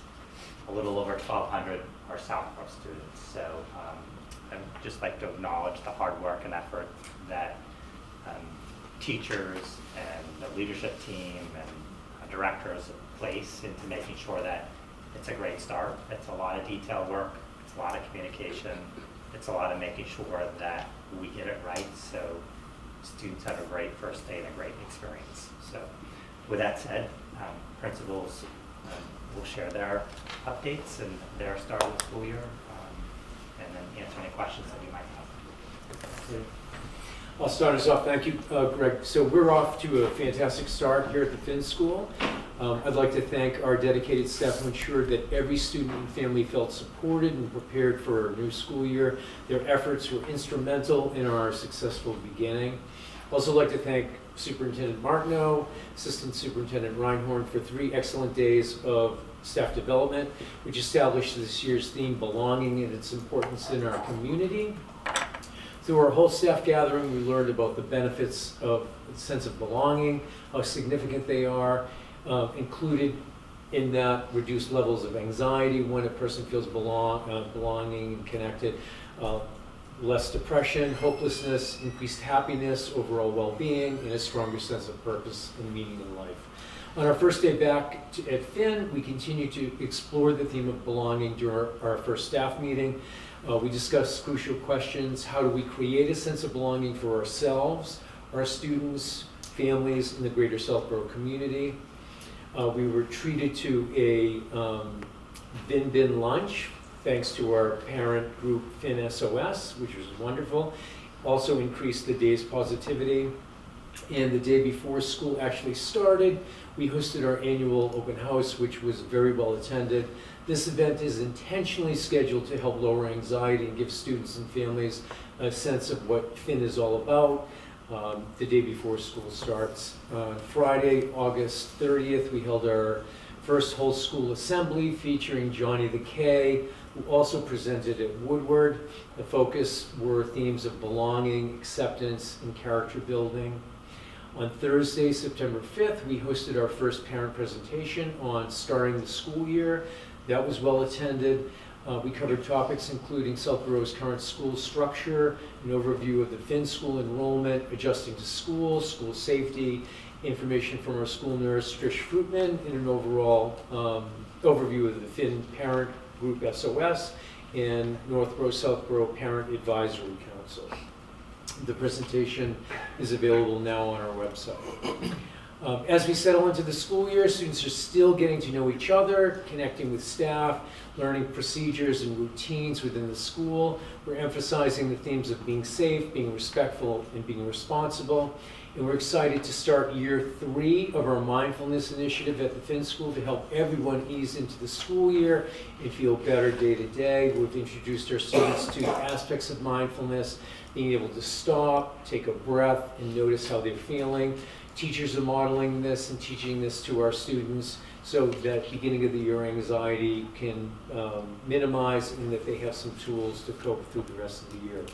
So again, we're off to a great start at the school year, and we're excited about what's to come. Welcome back, everyone. On Wednesday, August 28th, Woodward welcomed returning students and families to officially kick off the school year. As Superintendent Martineau and committee member Challen can attest, it was an exciting and engaging evening. Classroom teachers reported that nearly all of our 287 students were in attendance. As you know, this year we begin the next phase in the Southborough Elementary Foreign Language Program with the addition of Spanish for our 2nd and 3rd grade students. Senora Karen Hughes has worked closely with Maria Graziani to align the curriculum and build upon the foundation set by the Finn Spanish language experience. Karen has been an excellent addition to our staff so far. This past Friday, we hosted around 40 parents and guardians for our first principal coffee of the year. We discussed the many volunteer opportunities available at Woodward and the vital role our parent organization plays in the success of our students. I answered questions from the audience on topics ranging from breakfast to busing. I look forward to our future principal coffees where we'll address topics such as our math curriculum, strategies for improving reading, and social emotional learning and well-being.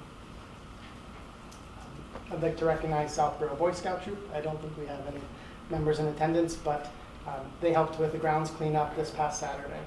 Former Woodward students and now Trotter and Algonquin students generally volunteered their time to beautify our back playground area. A special thanks to Ryan and Jill Henneberry, town residents, troop leader, and Woodward teacher for organizing this community event. And lastly, following the remarks at our district opening, as a staff, we discussed what it means to feel a sense of belonging and how we can create environments where everyone, students, staff, and families, feel a sense of belonging.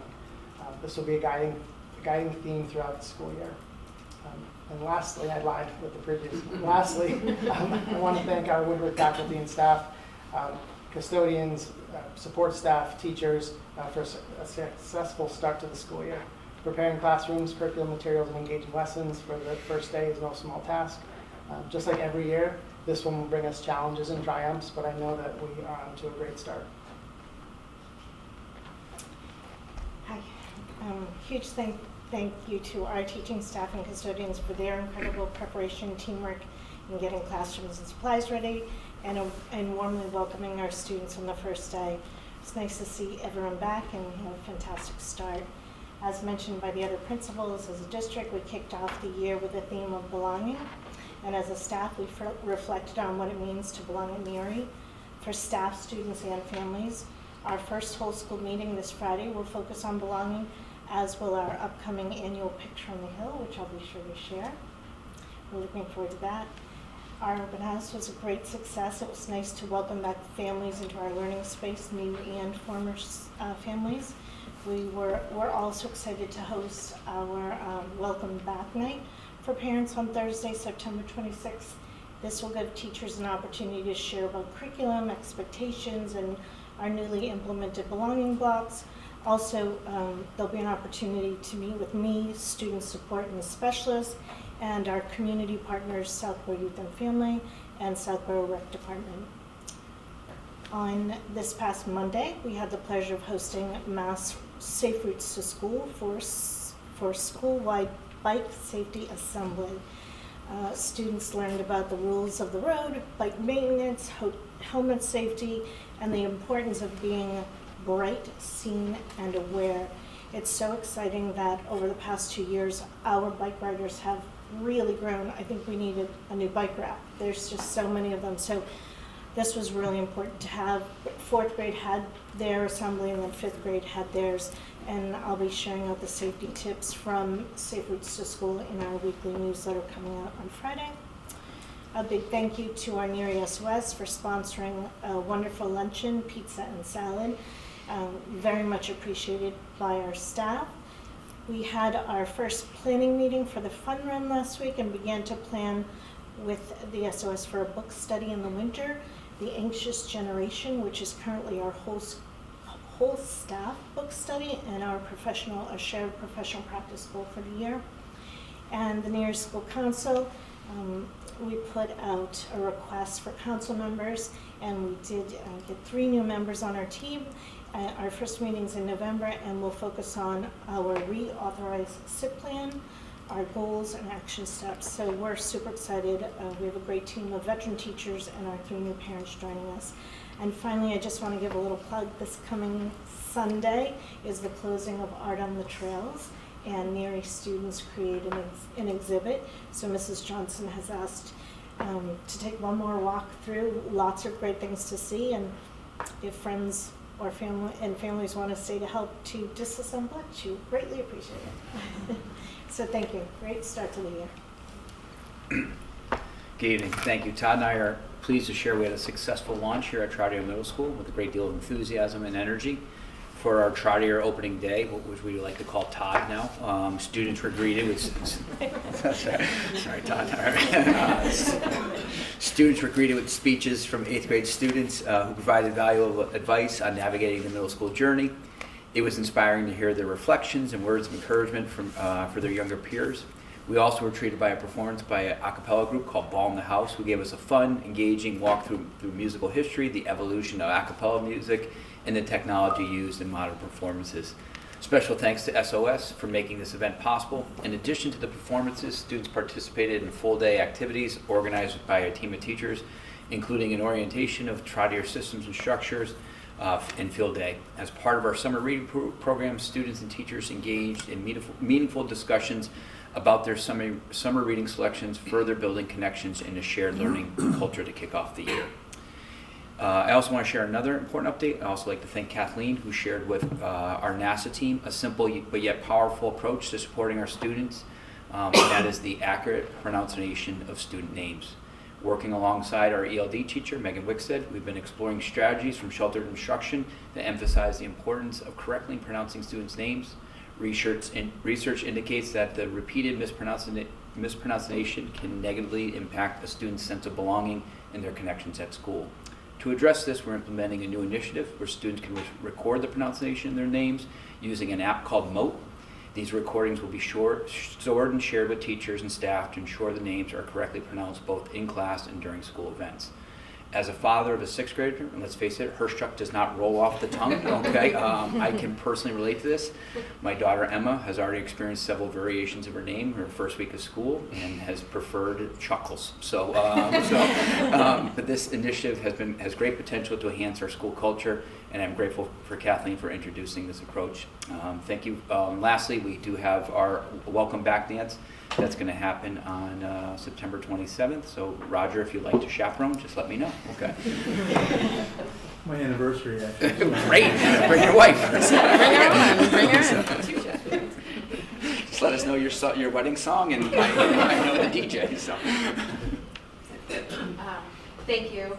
Those were great updates. Does anybody have any questions or comments? I do. Go ahead. Okay.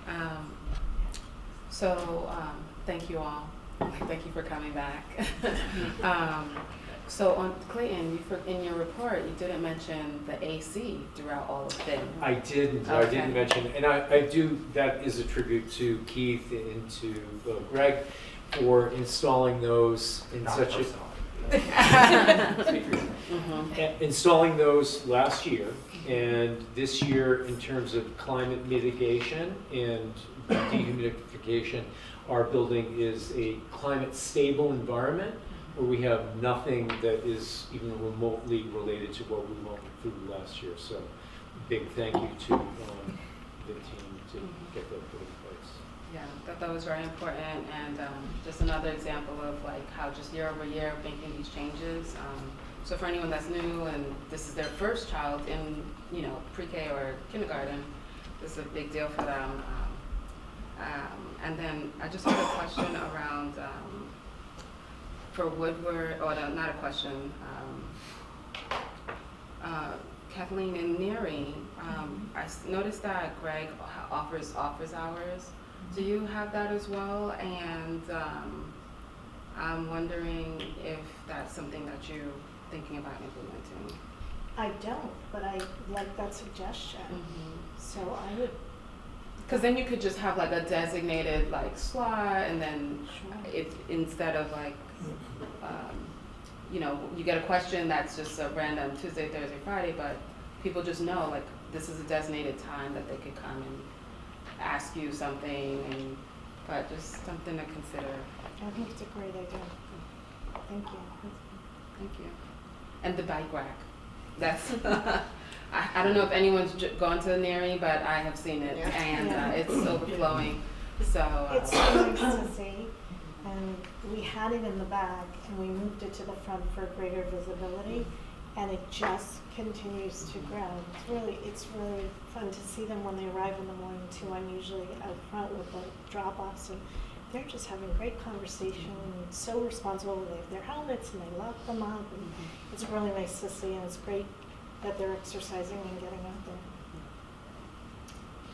On that point, I think it would be great if we could let the community know that we have children biking to Trotter, I assume, as well. And Neri, I know obviously safety is a big concern, especially depending on which way you're coming in. So if we could maybe communicate that on the town side too, if they can help us just make, you know, not just for the school community, but for everyone kind of who lives in that area or uses those cut-through roads, I think that would be great. But I was surprised at how many bikes are at Neri.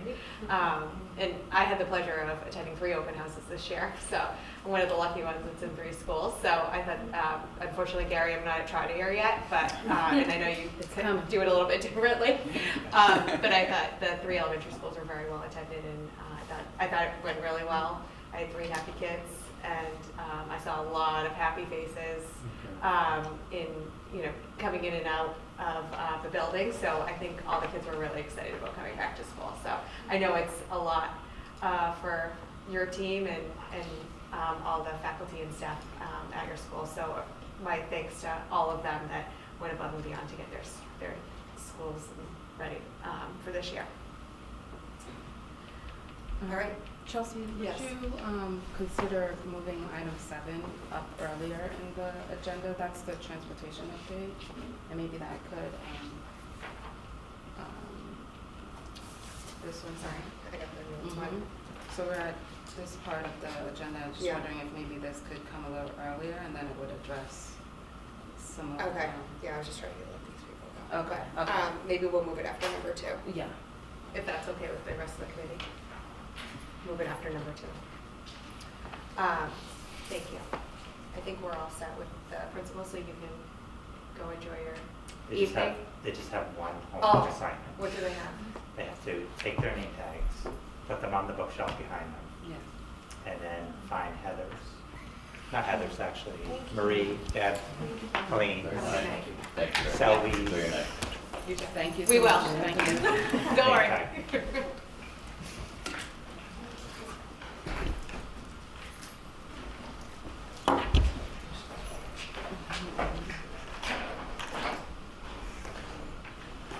A plus B. Wow.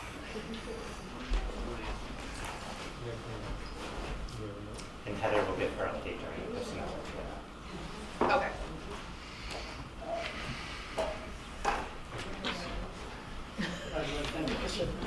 Thank Have a you. good night.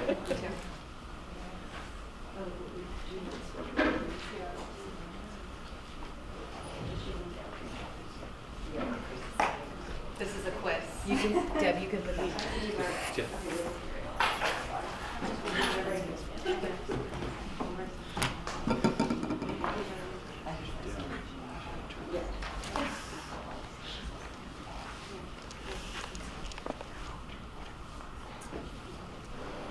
So school reopening update. So welcome everyone. I think probably you have some new faces on this side who you haven't met yet. So this is their first presentation on school reopening. So I'm not sure who's going first on extended school year. Okay, Colleen. I'm Pauline Desjardins. I'm an Assistant Director of Student Sports Services. I'm going to take us through our ESY update. So this year we welcomed students back to Algonquin for our summer program. There are many people to thank for their contributions. I just want to start by thanking the other members of the student support team, Marie and Deb, as well as Kate Clark, who could not be here tonight, and Jennifer Henry, our preschool coordinator, who contribute to the running of the ESY program each year. Other members of central office, including human resources, finance, transportation, technology, health and wellness. We thank Principal Bevan for welcoming us back to the high school each year. The facilities team at Algonquin is led by Mike Gorman. Mike and his team have quite a task in the summer. While they are trying to ready a building for the start of a new school year, they are also meeting the needs of our program in ESY, and they work really hard to coordinate those efforts so that they are able to get the building ready and also help us out with all our needs in ESY.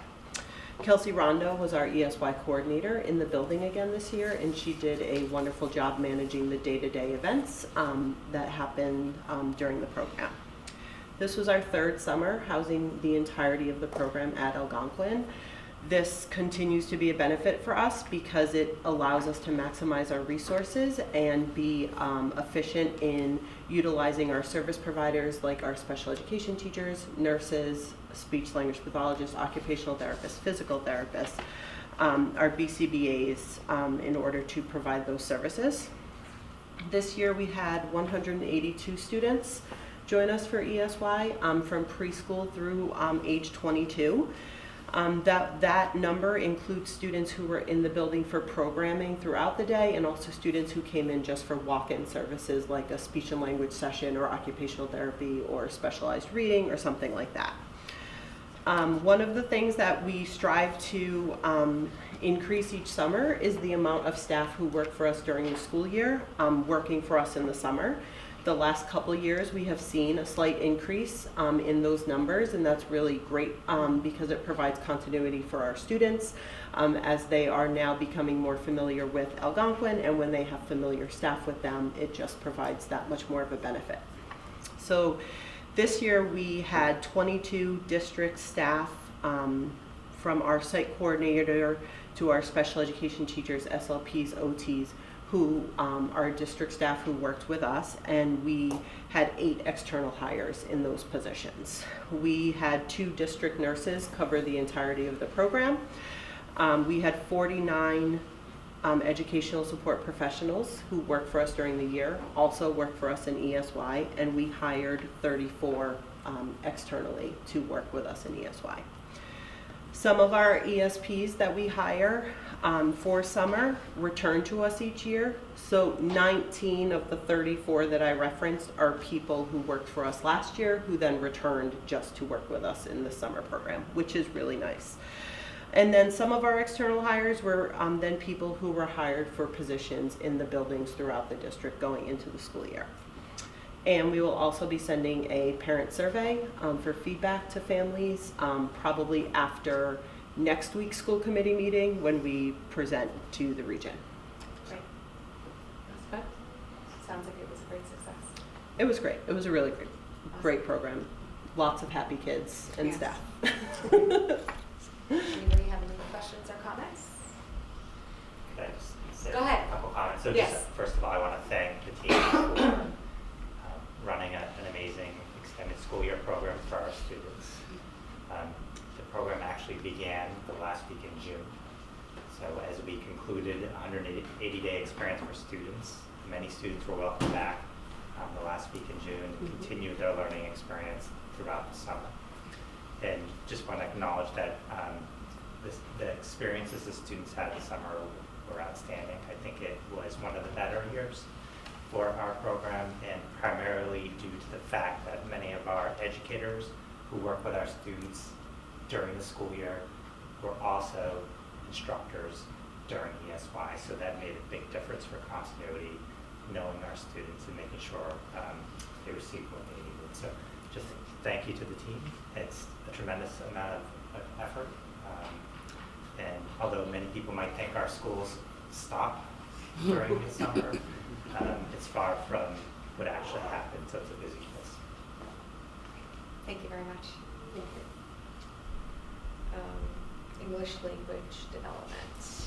Good evening. I'm Salvi Oyola. I'm the new director of Multilingual Learners and Equity, and I'm excited to share some updates from our 2024 Multilingual Learners Summer Enrichment Program, which ran from August 5th through 8th and 12th through 15th, dated from 8:45 to 1:45 a.m. And first and foremost, I also would like to express my heartfelt gratitude to Proctor principals Stacy Mahoney and her crew for welcoming us, Keith Lavoya and Sheila Hanna for arranging transportation to and from, and also to our college visit. Lonnie Sotier, who is our coordinator of the program, she ensured that everything ran smoothly, and she communicated with parents daily and updated them on our program, and that everything was going well. Sandy Bonsick, she is an ELD teacher who developed a very exciting curriculum this year for our students. And I'd like to acknowledge that this enriching experience was made possible by funding from our Title IIIA grants.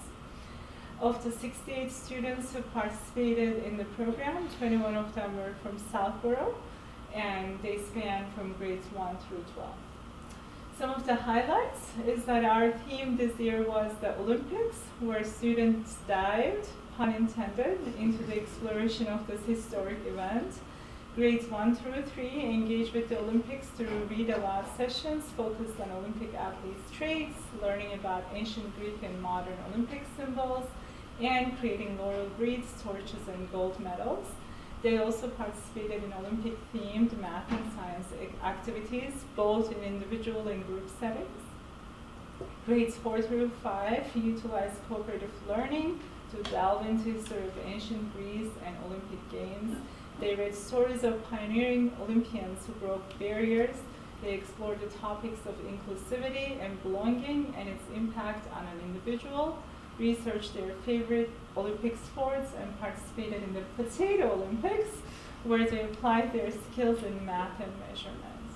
Middle and high school students began by analyzing primary sources like ancient Greek pottery to understand the origins of the Olympic Games. They explored Olympic venues through a digital escape room, debated the merits and challenges of hosting the Olympics, and engaged in a design challenge to create mascots, torches, and logos. Our program culminated in a trip to Regis College, providing a glimpse into potential educational and career pathways. On the last day of our program, we concluded it with a celebratory closing ceremonies that included parades of athletes, torch relay, and commitment, showcasing our commitment to good sportsmanship overall. On the professional development side, our commitment to growth continued. 6 ELD teachers, 3 of whom are serving in the Southborough public system, engaged in enhancing our alignment of ELD instruction with the English language arts curriculum. Their work resulted in a practical tracking tool that outlines themes, linguistic demands, and language functions in the ELA curriculum, and therefore informing our corresponding ELD units and instruction per proficiency and grade level. And we hope to continue this work throughout the year. Last but not least, I would also like to extend an invitation to each and every one of you to come and join this year's first LPAC, Multilingual Learner Parent Advisory Committee meeting, scheduled for Thursday, October 10th at 6:30 at Algonquin Library. We would be delighted to have you and interact with our multilingual families. Thank you. Thank you so much. And this was your first year running this program on your own, so it sounds like it was very successful. It was great. Congratulations. Thank you. I know it's a lot of work to put that program together, and I love the theme. That's great. The kids must have been so into it. We had a great team working on it and making it possible. That's awesome. Good. Does anybody have any questions or comments? Just although Salvi's first year solely leading the program, she has been an integral part of the program, worked very closely with Rhoda Webb over the years. So was a fabulous experience for our students, and thank her and the team for doing a great job. Anybody else? Yes, Go just ahead. observation-wise, has it been different in terms of the students that have moved into our community over the last like 2 years, with varying kind of status in terms of refugees?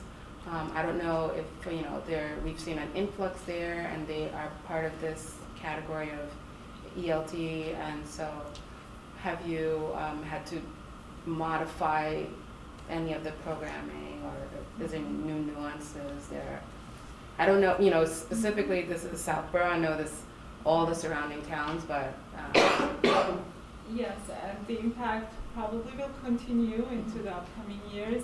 The greatest impact, as you mentioned, is in the Northborough public school system. But there's always residual impact in surrounding towns too, especially as these families gain more independence and able to navigate and work and live within our communities. As far as instruction goes, we had a higher level of newcomer students coming to our learning community, so that increases both the need of instructional time and our resources in both communities. Even though Southborough is not receiving any refugee families, we also see a greater, and again, I don't have data to back it up, but just as a first glance, an increased number of newcomers in the Southborough school system too. But we're prepared and to welcome them and to put them on the right track to be successful. So, anyone can answer this. So is the reason that there's more impact in the North boroughs versus in the South borough because the housing situation was more available? I think, am I correct? That was the reason last year, yes. That was the reason last year? Okay. And I'll just point out too that it's not necessarily the number of students who or multilingual learners who join our district. It can be what their need is and what their level is. So we may receive 3 new students who are multilingual learners who require level 1 support, which is a lot of time and energy. So right now we're assessing the levels and really are thinking about what supports and resources do we have and what resources do we need that we don't have. So that's the work that Selby and her team are doing at Southborough. And Greg, that's exactly where I was getting at. Is I was wondering if she, as a director, has the support and the tools that she needs for the not just the volume of what students that we're having, but the type of need that they have. So when you get to that point that there is some request that needs to be made, I just would like to know earlier than later. We're already Yes. in conversation. Okay, got it. Thank you. Okay, professional development and curriculum and new teacher orientation. Okay, thank you. So Sylvia alluded to this, but professional development actually sort of continues throughout the summer with summer professional development that teachers apply in the spring if they have particular areas of interest, and we review the proposals. And so some of these people were involved in helping to lead some of the work that happened over the summer. So that sort of led us back into the school year.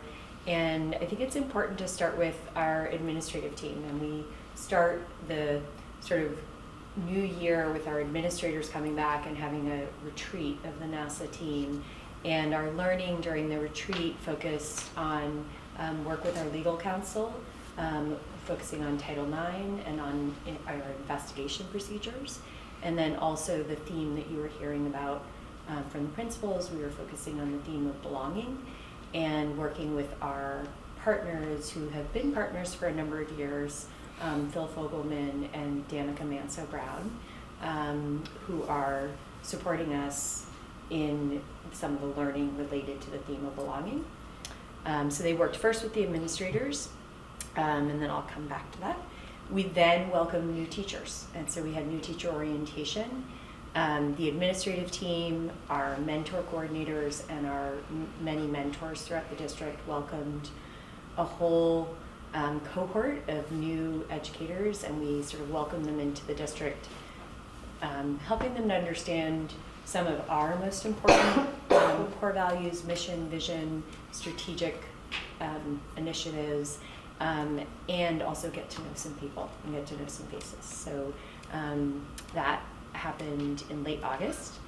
You heard a little bit from the principals about opening day with the launch of our theme of belonging, establishing some shared vocabulary, some shared understandings as a community of our entire faculty and staff.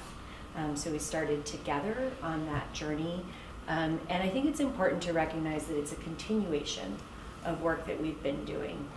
We started working with Phil and Danica when they were still at the Anti-Defamation League a number of years ago, when we had anti-bias professional learning for all of our educators.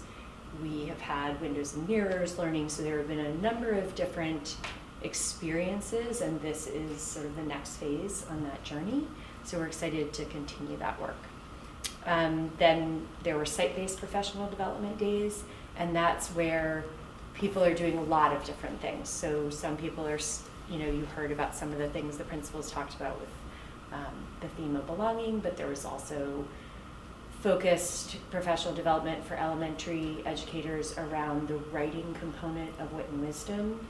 There were specialist groups that were together focusing on different topics. So our phys ed teachers came together, at the elementary level, our art teachers, our music teachers, for example. We also are rolling out and introducing Analytic View, our data platform, which you have had some glimpses of, to all teachers. So administrators have been using it, and some groups of teachers have been using it last year, and this year all teachers have been welcomed onto the platform, and we started giving them their sort of first round of learning their way around, and we will continue to support that as we go through the year. In the area of curriculum, I'll just highlight a few things. We're in year 2 in the elementary level of our core ELA program with Wit and Wisdom, and off to a really smooth start with that.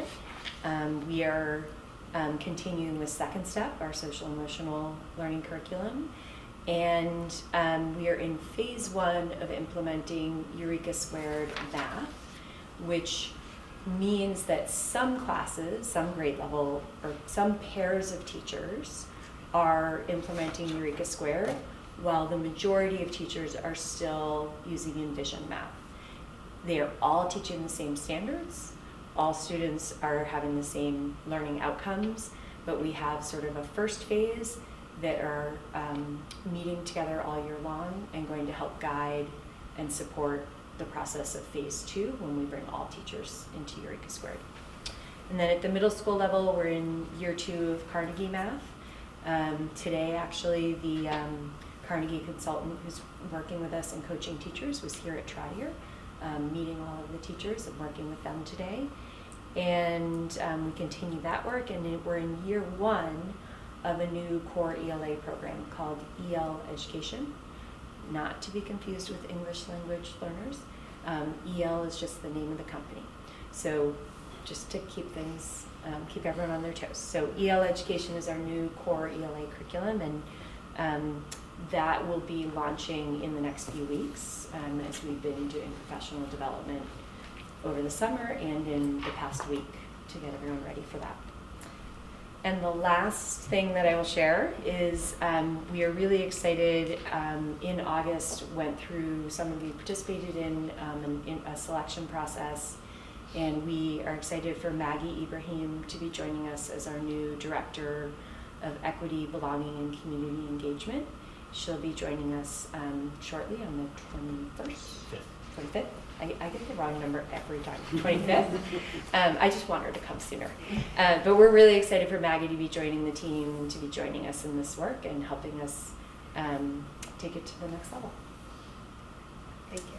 Does anybody have any comments or questions? 2 questions. For the analytics platform, are there, is that looked at as a professional development piece? Meaning, I guess, is there some sort of requirement or key performance indicators as to like the teachers actually using the tool?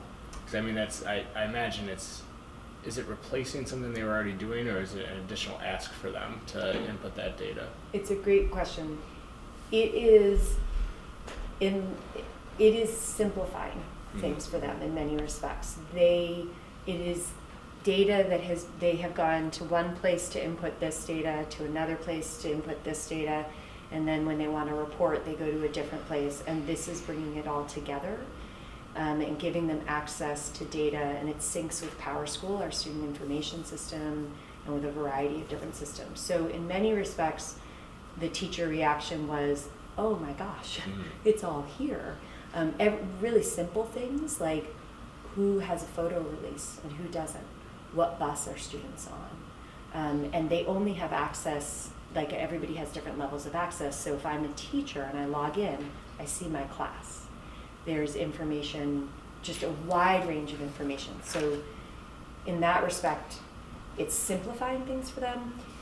There are pieces that drive teachers into it. So for elementary teachers, for example, they have been inputting data into Google Sheets where we have consistent common assessments and they all collect the same data. That now is going to go directly into the platform. And then when they want to look at that data, when we have data meetings, they'll be using the platform. They're going to be able to analyze MCAS data through the platform rather than principals having to print out MCAS reports. So I think there's going to be a lot of different ways that we're going to see teachers using it, and then we're going to be continuing to develop dashboards as we need to. So one of my recommendations, if we do a presentation, because we're really excited about it, and Yeah, there's a lot to show. Yeah, right. And we're really proud of it.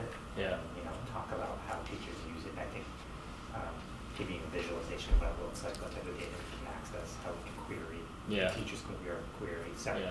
I think it would be we're very excited. Yeah. And it's a work in progress. Yeah, it sounds great. I think one other thing that I'd add to it, and maybe it's a year from now, right? Is like it's the shiny new thing, but then it's also like, all right, well, yes, it actually did do what we intended it to do, which I think is probably save time and make data more consistent, right? So like it's just like I'd be interested to confirm, I guess, that's what it's like. The teachers feel like that's what it's doing. Mm-hmm. Yeah, absolutely. My second question is along the same vein, but a little bit simpler. I think is the math systems Eureka versus the Envisions, yeah.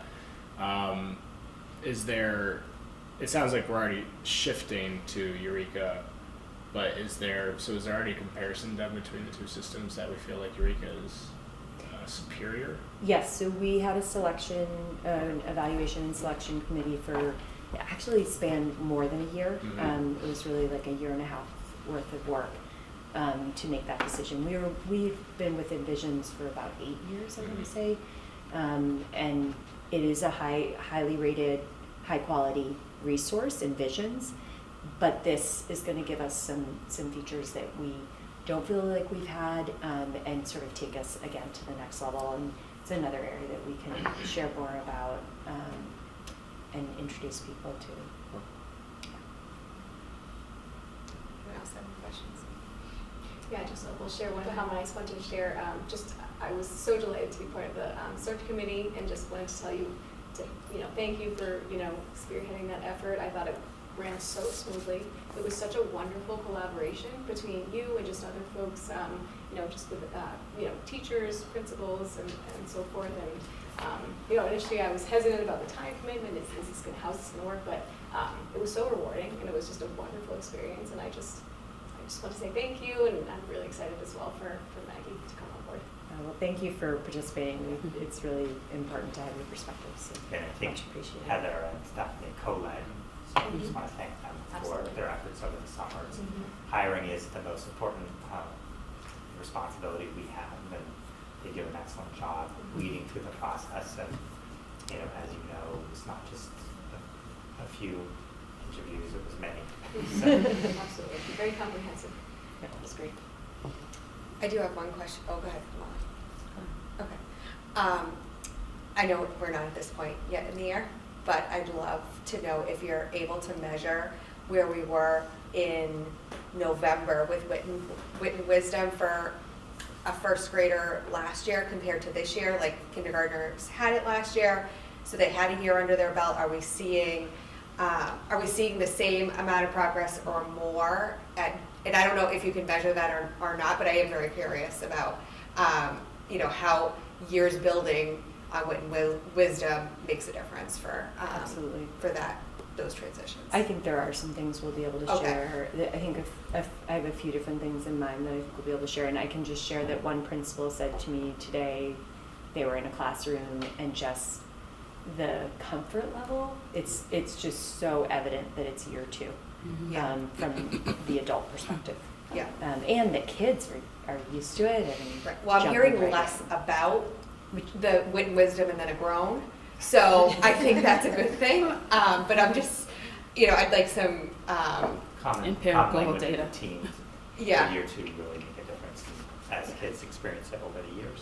Right. And we've been really trying to emphasize to teachers so that they also use the language with kids that it is our core, like it's ELA time. And Wit and Wisdom is a resource we use for ELA. I've also heard it's that not too. Wit and so Wisdom that's getting time. through. Yeah, that's happening too. Because I think that makes a difference. I agree. Kids, so yeah. I was gonna ask that for the change to from Two Envisions. As excited as we are to have the presentation made to us, maybe a suggestion is to just have the principals do a feeler. They each send out different newsletters. So they could just do like a simple Google form. Are you interested in knowing more about our new math curriculum as a parent? Whatever responses they get back, instead of having it at school to school level, the 10 people, each receive 10, pull the group of 40 together, and someone can give those parents an overview. Maybe the gentleman that spoke tonight, right? Like there's more folks like that really are embedded in knowing what the details of the math curriculum is. And even if it's shared amongst just a few, those few are going to talk to a few and just help to dispel any of the, well, why are they changing the math program, So maybe that was another way to share the change instead of just using the school committee meeting as a forum. Thank you, Kamali. We have a few different mechanisms in the work for communication and trying to create conversations. And some of them are as simple as that there's information on the website, there's a form that people can submit questions and things like that. But also at open houses and at curriculum nights, Kathy Lazat is participating at principal coffees. We're planning to have opportunities for the curriculum coordinators to be there and be able to have conversations, and then talking about other sort of like potentially cross-school events. So great idea that we're definitely working on this. And encourage those educators to prompt the question. Let me tell you some more about our program, because I'll tell you, when you're in the cafeteria or the auditorium and you say, does any parent have a question? It feels very like, well, I don't want to be the one that asks. And then the other thing is, so excited to meet Ms. Maggie Ibrahim. It would be very interesting to, we have to do things different, right? So we don't usually, when we have a new hire, say, come and meet our new hire. But in some of these, she's not just a English teacher or math teacher. She's right. It's intangible. Maybe something combined with Salvi and her role and this role, where they invite us, the community, to hear about what it is that we do, and what we, are thinking about doing. And this is who I am. We've never had this role before. So I just would like to encourage us to think differently about how to, and that's why this role is created. Think differently about how we can say, well, this is what we're here to do, and how we're, and you want to hear from the community about that. So thank you for hearing me out on that. Sorry. No, that's okay. Good. You guys asked me to be here. So. I'm actually going to take special ed and Okay. civil rights monitoring report because I think we have some folks Can still here for that. Yeah. So number 3 on our agenda under new business, special education and civil rights monitoring report. Yes, All I'll right. be doing that. Yeah. Great. Welcome. Hello. Thank you for coming. Yes, I'm happy to report on the Special Education and Civil Rights Monitoring Report. We were part of Group A during this cycle, and it's called Tiered Focused Monitoring Cycle. So this report was done on July 10, 2024, the final report, and you can find it on our website under Student Support Services. The full report is there, but I'll just highlight quickly some of the findings. Michael McDonald was our chairperson from DESE. He was wonderful, and it was really easy to work with him. I want to first thank everybody on my team in Student Support Services. This is a heavy lift, but it's not only Student Support Services, it's also everybody else. We have Deb Lemieux, who is one of my assistant directors, Elaine Desjardins, another assistant director, Kate Clark, who is not here tonight, who is the assistant director at the high school, and then we have Jennifer Henry, who's the preschool administrator, and everybody did, and as well as our admin assistants, gathering all the information for the SEs, or the special ed standards. But then we also have the civil rights standards that Heather Richards, the executive director of HR, is very involved with, and we had 4 of those standards that were evaluated, and they were all fully compliant. This cycle is a little lighter on civil rights, but the next cycle is going to be a lot heavier, so she will be very involved, even more so next time. So I want to thank her and her team for that. I also want to thank everybody in central office because it is a heavy lift for all of us.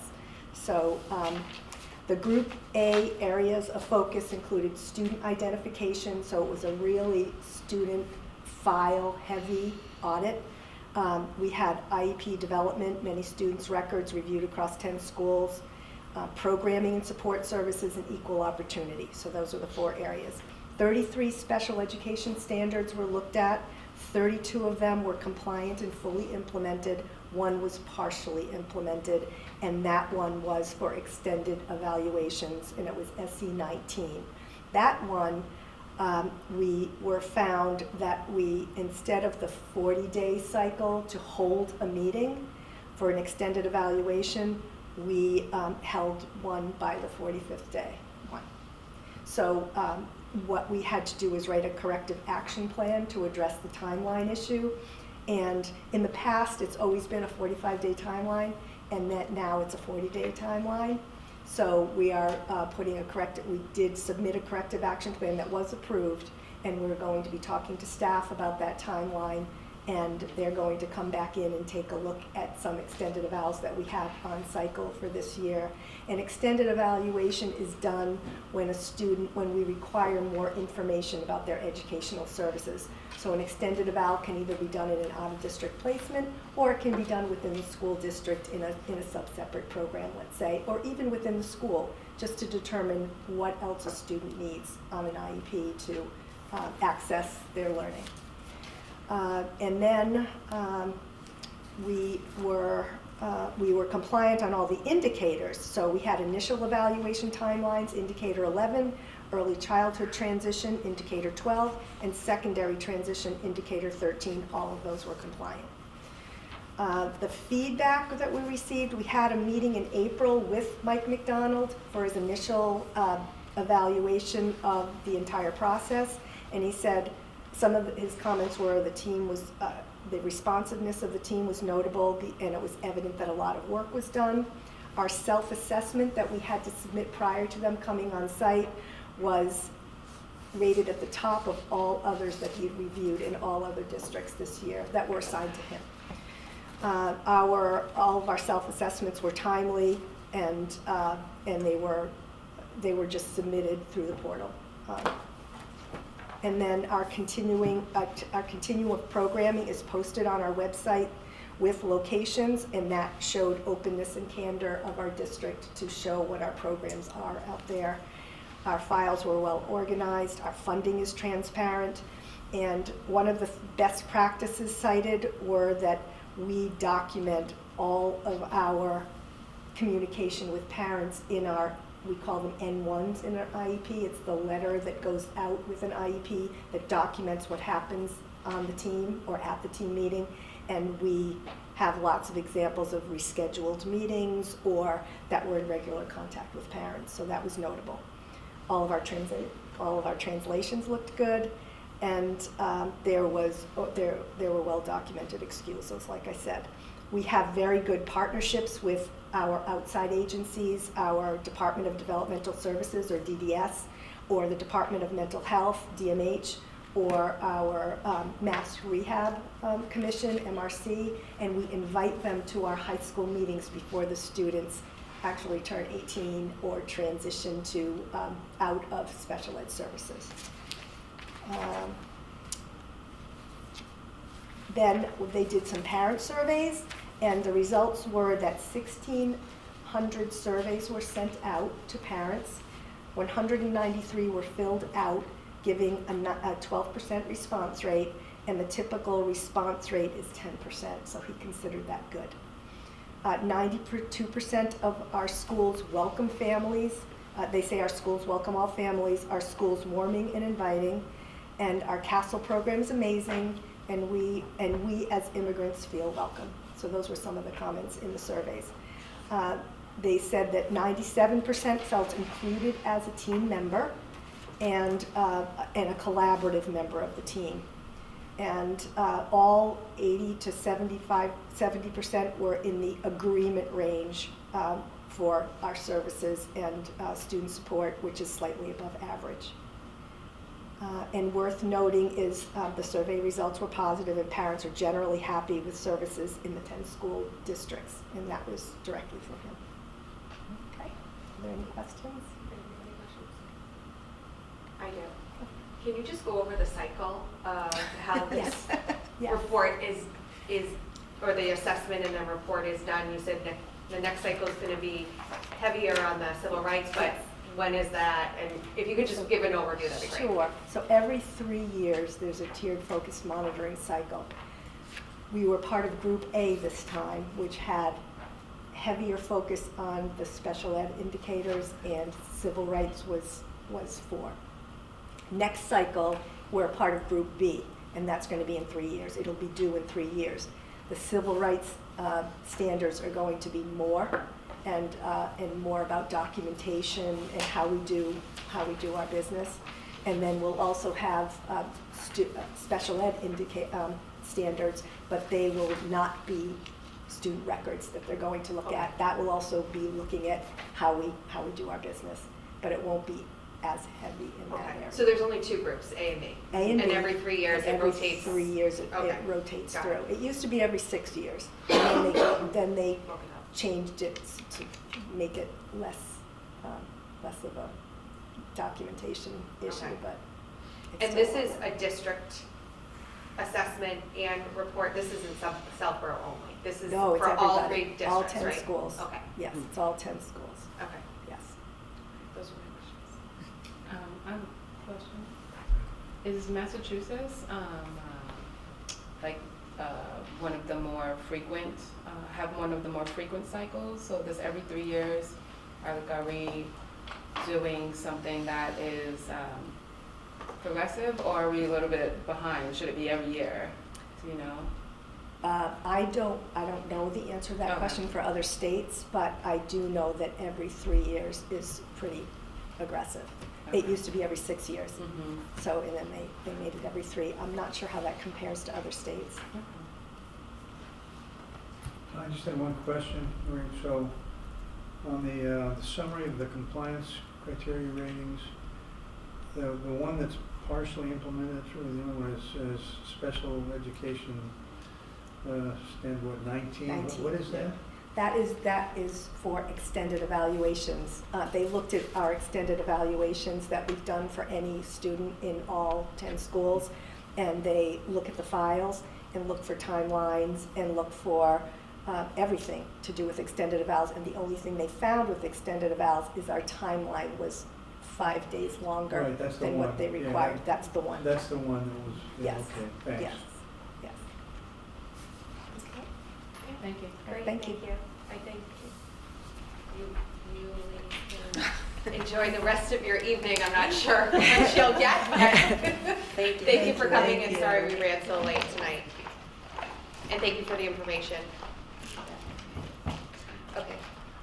To a recommendation Yes. to share. Do we want to take transportation, which I think Kamali recommended?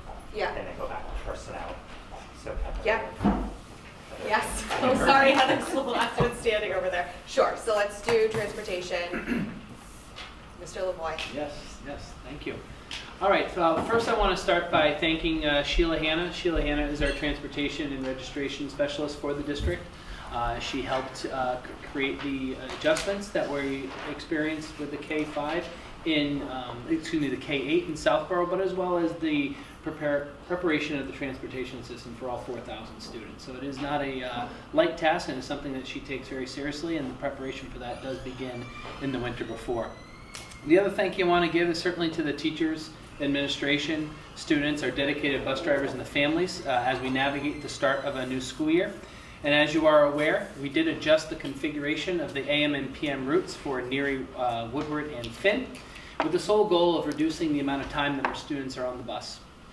We appreciate the feedback we have received from families, drivers, and schools, and adjustments have been made to improve performance. However, work is still needed. And with any new set of routes, what we have experienced so far in the 9 days so far has been expected. So far, many of the challenges we have experienced are ones that we have experienced in the past, where drivers do miss stops, not quite certain how the routes will flow, and then as a result, the routes are running longer than are planned or that we hope for. Certainly the feedback is going to help us build the changes that are needed, and like I mentioned, there is more work to be done. Another layer of our experience so far has been the driver shortage. NRT has not been able to provide 15 permanent drivers for Southborough, and due to the shortage, the implementation of the new route change has been impacted. And the main reason is because the 2 substitute drivers that we have are not familiar with our roads and aren't familiar with the routes, and all the other drivers had time over the course of August to practice the routes, review them, provide feedback, and so on and so forth. So the 2 substitutes were given the assignment days before. They did get out there and did the runs a few times, but our other drivers took a lot more time to investigate and provide some of that feedback. So what I'm anticipating over the next few weeks is that the routes will stabilize. We'll be able to remove unused stops, and we hopefully will gain better performance out of the routes, more timely routes that could be more consistent and reliable is always the goal. So after 9 days of school so far, today was the 9th day. We are starting the process with NRT to review what we're seeing so far. We're connecting with schools about arrival time, ridership, just collecting as much information as we can. One lane that we do take and has been very crucial has been the help of families. I can't say it enough. The feedback that we get from families about what they're experiencing is incredibly helpful to see where we are and to evaluate that and then make adjustments going forward. So I do thank the families that do take the time to reach out. I will say that the detail that sometimes is provided is a lot, but it is helpful. And I do appreciate it, and I do read each and every one that comes through so we can make good decisions. So I think overall what I would say is, considering the amount of change that did occur in the reconfiguration, this is what we expected. There are a few routes that do need to improve, and I expect that. The other thing that we did for this year across the district with the help of NRT is reduce the number of cul-de-sacs and number of turns that our buses are making. We went more to neighborhood stops across the district where possible. And that has made some adjustments that people haven't seen. In some cases, we've reevaluated those adjustments and are putting different stops in place, or maybe on one end of a cul-de-sac we're not doing it, but if it's a a street that has dual entry, we're moving it to the other side to make it more conducive for families. So we are trying to customize things as much as possible, but know that, we don't want to put so many stops out there that we get stuck again with, being oversaturated with stops, and leveraging more of the neighborhood stops is just an effective practice that we're going to be trying to do.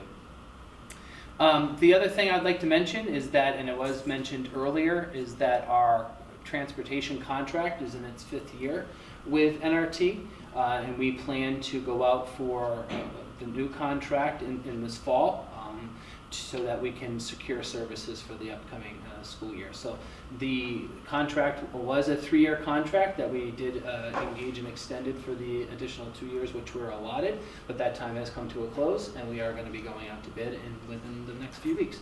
And do want to thank Becky and Greg for their help on preparing that document and making sure we're crossing every T and dotting every I. Can you give a 30-second overview of what that process is, just for those who don't Absolutely. understand the procurement side? Yeah. So the procurement side is relatively straightforward, and Becky, feel free to chime in. It is an invitation for bid. So what it requires is pretty detailed specifications on what we're looking for. You want to really drill down and make sure that your expectations are extremely clear. A lot of things I mentioned earlier about the number of drivers that we have ready to go, their training, their awareness of our district is critical. Also having a cadre of substitutes that can pinch in whenever and have the ability to be trained in all of our routes is imperative, so that we don't have what we've kind of experienced so far, substitutes that don't know where they're going and wind up in Westboro. We'll get to that later. The other part of it that is key is the technology advantages that are out there. There is a tremendous amount of technology that we have it in our vehicles, we have it in our hands. It can be in our buses. NRT has made some strides in that area, but not enough. And I think that that's going to be something we're really going to be demanding of our next bus contract, is that those things are implemented, like turn-by-turn GPS. For one, accessible cameras so that we can see what's going on with live feeds. And what I really would like, and it may be a little bit aggressive, is that I want to make sure that our buses have the technology to track ridership, because that is such a critical element of evaluating what we do with our assets. I can't say that enough. We have some buses that are undercrowded and some that are overcrowded, and we don't really know unless we're actually having a clipboard and counting kids. It'd be great to use technology, and I don't think that's impossible to strive for. So in addition to that, we want to make sure that we're clear about the financial part of it. We want to make sure that our bid sheet that they're completing and they're taking all those pieces into consideration, they can clearly tell how much they're going to bid on our contract. What would you add there? We'll see if we'll add the same thing. Yeah. I was just going to say that we've taken a lot of time really over the past year, I would say, collecting information as well from other districts, looking at their bid specifications, talking to our colleagues, getting feedback on some of the things that have worked for them, maybe things that haven't. And I think now we're at the point where we're ready to really combine like what we had in place already and use some of these new tools that the other districts have provided us with. So. That's not what I was going to ask. Sorry, I guess I was. So just in terms of the procurement process, it's really important to know that the invitation for bid is the lowest bidder. Right. Yes. So oftentimes it's the lowest bidder for the contract that we need to award the contract. So we are very disappointed in our partnership with NRT. We have been disappointed with their performance, not just over the last 2 years, but over the 5-year contract.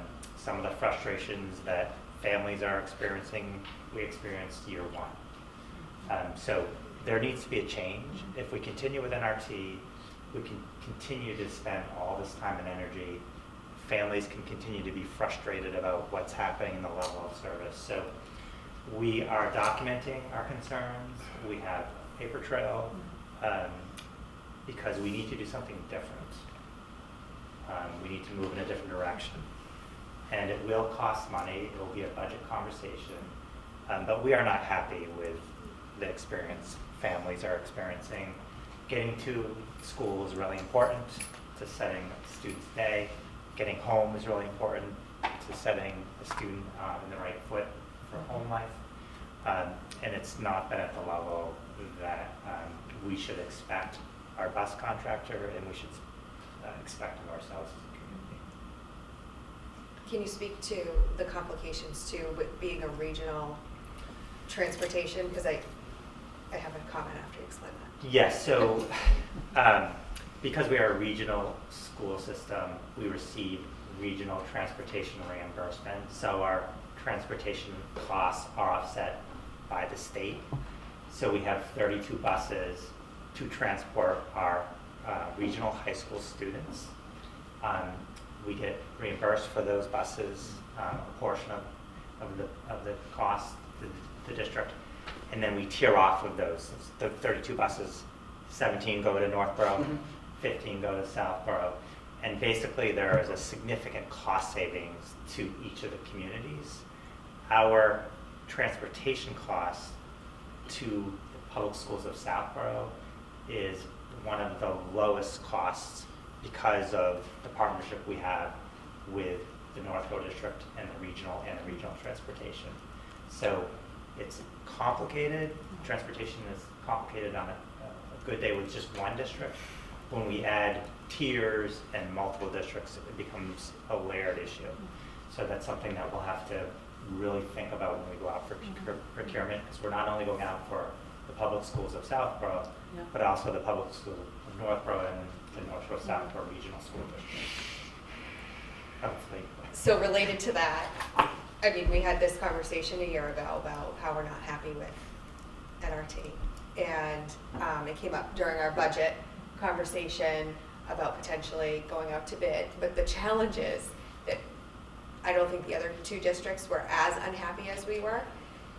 And so you need to get all three to agree to go out to bid. And, you know, the percentage increase that we were hearing at that time, and I'm sure it's more now, was significant to change that when we had an option to go for the 5th year. So there were a lot of reasons why we're still in this contract, and one of them is that we had to get all three to agree, and that just did not happen for this school year. So I agree with your assessment of what the current situation is, and that we have a lot more work to do. I know you don't have a way to actually count kids on a bus, but do you have a sense from the principals who are loading and offloading kids on a bus? Do they think that there's been an increase in ridership? There definitely has. There has been an increase in ridership, and you can also see that in the decrease in the number of families that are lined up at the schools. Yeah. Which was obviously one thing we wanted to improve, and it improves the overall safety of the arrival and pickup process. So we are seeing more students on buses, okay. Which is great, and it was what we were hoping for. Yes. So now that we have that, it's one of the pieces that we have to evaluate to make sure that we are maximizing the resources that we do have. Got it. I've driven by Finn twice, once because a child purposely missed the bus to be driven, and another reason I was just driving by. The weather's been great too. Well, that's a conversation for another night, but I was very happy to see that all the buses fit in the loop at Finn, and that the drop-off line did not even extend into the field parking lot. Correct. So I think not having kids sit on Richards is great. I have not seen Neary and Woodward drop off, but at least for the Finn system, I've been very happy on the two. And we did want to make sure that our K and 1 students were having a better experience. They did not have a good experience in the AM last year by being on the bus for the longest amount of time because they were all routed together. So this has had an immediate impact, and Principal Ryan has commented on that to me several times. Okay. Anyone else? Yep. So I'm a little worried about using, but Alan's going to thank me if I use the word incumbent again, but maybe I won't get there, even though it's occurred to me it might be relevant to the bid process. Now, I heard you say that the contract must be awarded to the lowest bidder. Is that in fact true? Just to be clear about that. It's actually the lowest responsive and responsible bidder. So So you- by building this documentation, we could then say, you are not a responsible bidder because of our history with them. And if we Okay. call references in the local area, I think we would probably hear the same thing, So- the so same you- frustration. We have data to support Okay, so, in yeah. not being. I'm not suggesting you try to find tricks to get around the No, bidding, not at all. the They don't have that relevant one. bidding In this process, case, but, yeah. so, one of the things that Keith said was familiarity with the district is an important component. So it struck me when you said that, and that's when the word incumbent came to mind, okay, that NRT would have a significant advantage, right? Because they are familiar with our district. So one of the things that will happen, likely, is that our drivers, especially the ones that have been dedicated, Okay. may have the opportunity to be retained by the new contract. Okay. When we All right. switched Yes, to that's what I'm providers I got 5 you. years ago, we retained all of our bus drivers from Okay. the prior For contract. student. I think our bus drivers do an amazing job. They're committed to families, committed to kids, like working in our district. So part of the bid is also making sure that our drivers are compensated in a way that they want to stay here financially, but also making it a great environment for them to work. I'm sad, thank you very much. Keith, have you had a chance to see any other buses with some of the modern capabilities that you're thinking of? So that you even know what to ask. Sometimes you don't know what to ask for because you haven't seen it. And once you see like, oh, there are these new products and capabilities, you can add that to your request. That goes back to what Becky said about our reach out to the other communities and what they're experiencing and what they're seeing. We've garnered some of that from there. We also have had conversations with our bus consultant that did a report for us a few years back to evaluate the start time change that commented on what they see nationwide for buses. So we tried to gather from a bunch of different sources. I can definitely say that we've seen directly a bus that had the capabilities of turn-by-turn direction being used in our district as a substitute bus. It didn't have Northborough, Southborough on the side, but it was implemented due to a mechanical issue. And that driver, was very well tuned into it. It didn't take much training. I spoke to him about it, and he said it was really strong, and it made him feel more confident. So that's just one example. The one I probably haven't seen direct, I've more heard about and read about, is the ridership piece. Some more advanced institutions have that type of capability. I know for one, Boston College has a shuttle system at BC, and they have their own vehicles, and with a student ID, they go through a laser gate, and it says the time. It's a timestamp of when they get onto the vehicle and then when they get off. We can put something on the back of kids' backpacks, connect it to them in some way, make it usable, make it able to identify kids, and then we know exactly what students are getting on and where they're getting off the bus. So it's it's built in. It's not just ridership. It also adds a layer of safety that I know we benefit from. And then the other piece is a live camera on the bus. Yes. So, driving a bus is a big job. Yeah. And to monitor students behind you while you're trying to drive a pretty significant sized bus. But us partnering by being able to video in if there's an issue and say, please sit down, please follow the rules, and friendly reminders in real time is also a partnership that we hope that we'll have. And we know that technology is available. Yeah. Would it be fair would you be able to say, okay, that it's been 9 days of ridership, you've received, or you or the website has received 40 requests, or not to tell us the volume, but in terms of your measurement, that by day 30, I would have cleared, responded, or found a solution to whatever percentage of those, and work your way down. Would you?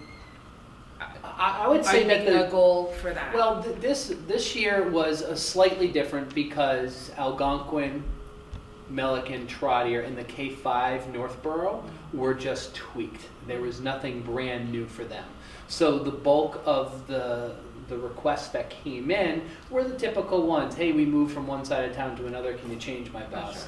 And I think the ones that we did receive from K-5 Southborough were consistent with what we would have seen when we're making this type of change. You know, there were questions, there was concerns, there were things, and I can say that as of last Friday, we had probably 2 or 3 open tickets that we haven't resolved.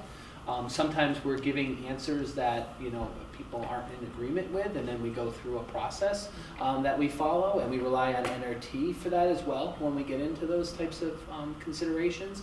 But overall, we've been able to respond you know, quite readily, and if the follow-up's needed, we don't have many outstanding at this point. Whereas when I did this in Northborough a couple of years ago, it was a steady stream for 3 weeks of hundreds of requests. So getting it under a couple dozen at a time is very manageable. That's helpful to hear so that we can answer those questions and say, you know, sometimes verbally you'll hear like, oh my gosh, there's so many problems. And then we can respond and say, actually, it's under a handful or it's under a dozen.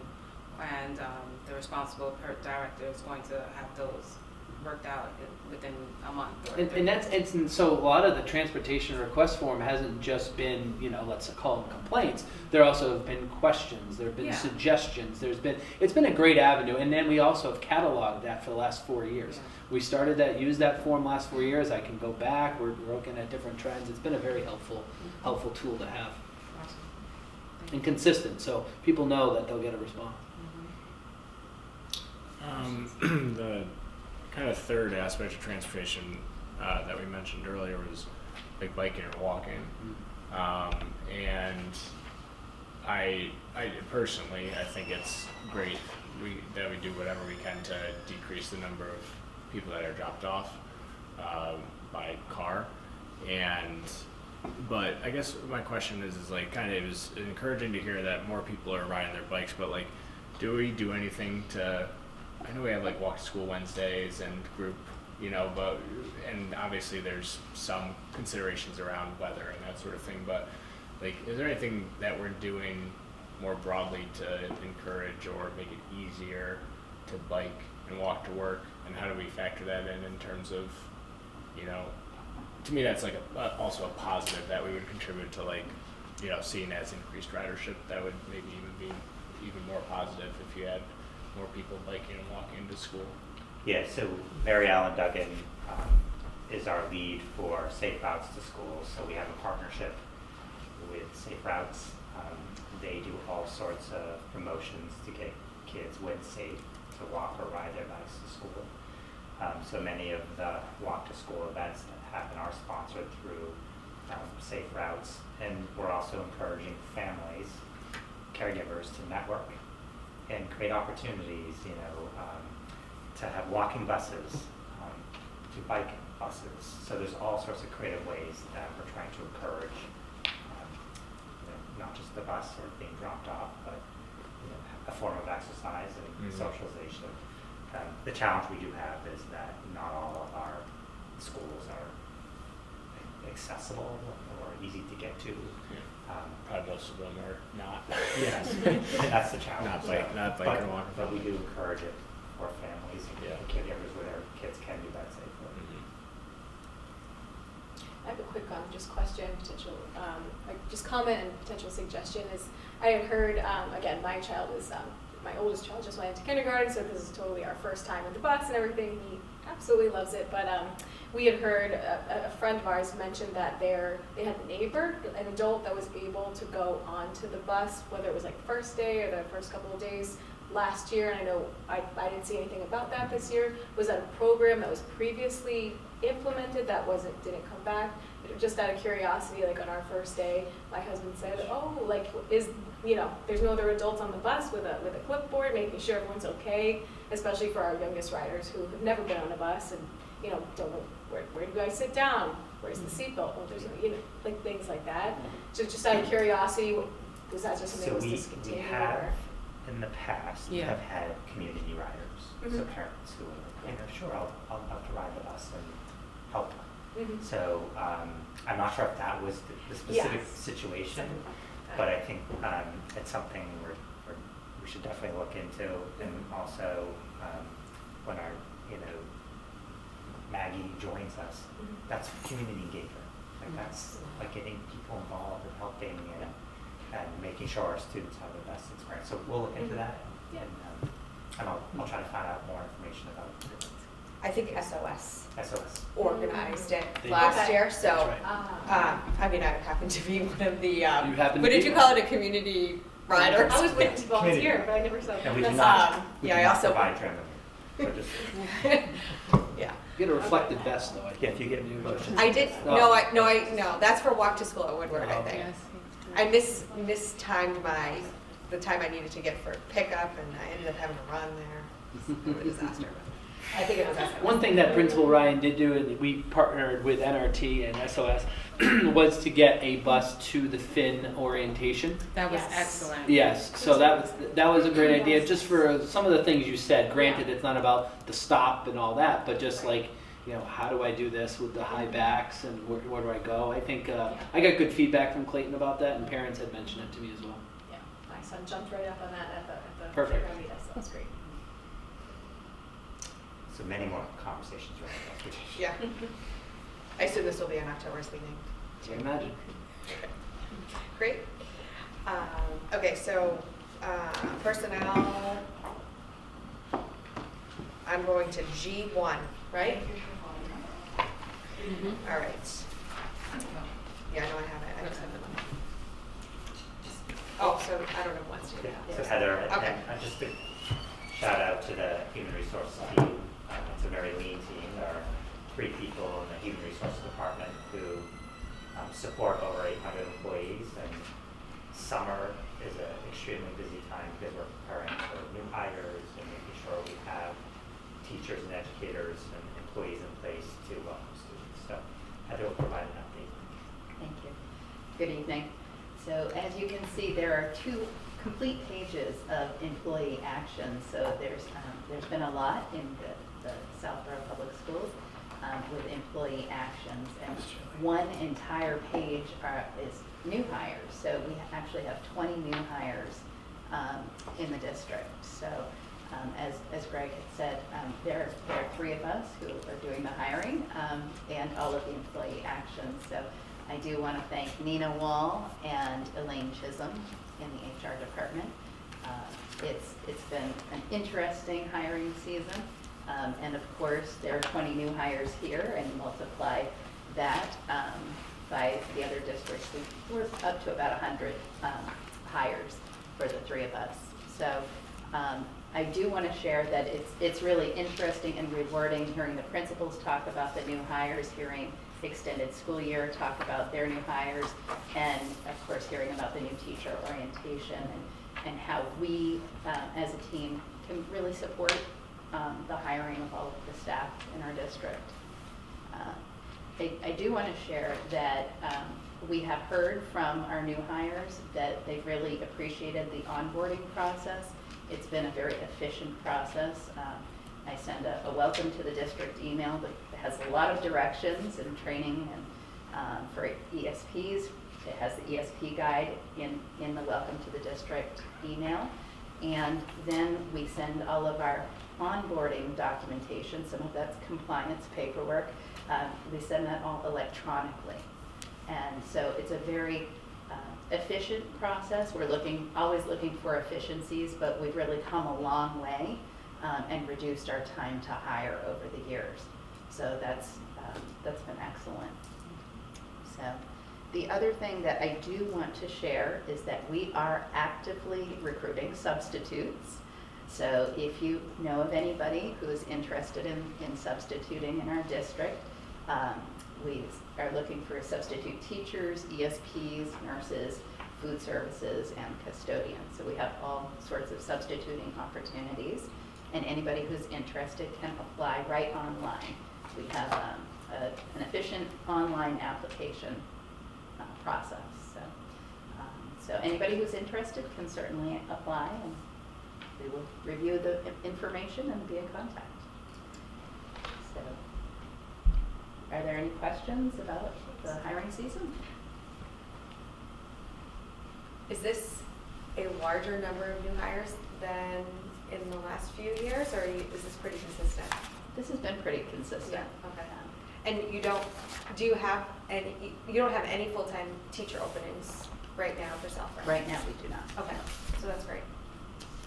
I know there's a few other positions that are open, but I think you and your team have done a great job of making sure that we started the school year as staffed as we were compared to what some other districts are struggling with. So, yeah, we've had a great hiring season, and we do have a couple of openings, but I have a few people in the queue to be hired. Great. So. Oh, good. Oh, that's great. Yeah. Awesome. I'm happy to hear this. It's great. I know. It's a lot of work over the summer for you and your team, I'm sure. Great. So, following the June school committee meeting, there was great feedback from audience members, but also from the school committee around expectations and accountability of reflecting on events that happened in the spring and really thinking about what the learning was and how we can grow and improve. So the school committee, we had 2 meetings over the summer, July 22nd, I believe, where we presented a draft action plan. So immediately following the June meeting, the team, central office, got to work and really did reflecting and thinking about what are the action steps, what are the goals to improve. At the July 22nd meeting, we presented a draft action plan for comment and feedback and input. So we took feedback and input, and then it was voted on August 5th. So we identified 8 goals in the action plan. We did communicate that action plan out to the community. It is available on the website. In the principal's reports and Dr. Reinhardt's report, you did hear some of the actions being implemented or starting to be implemented.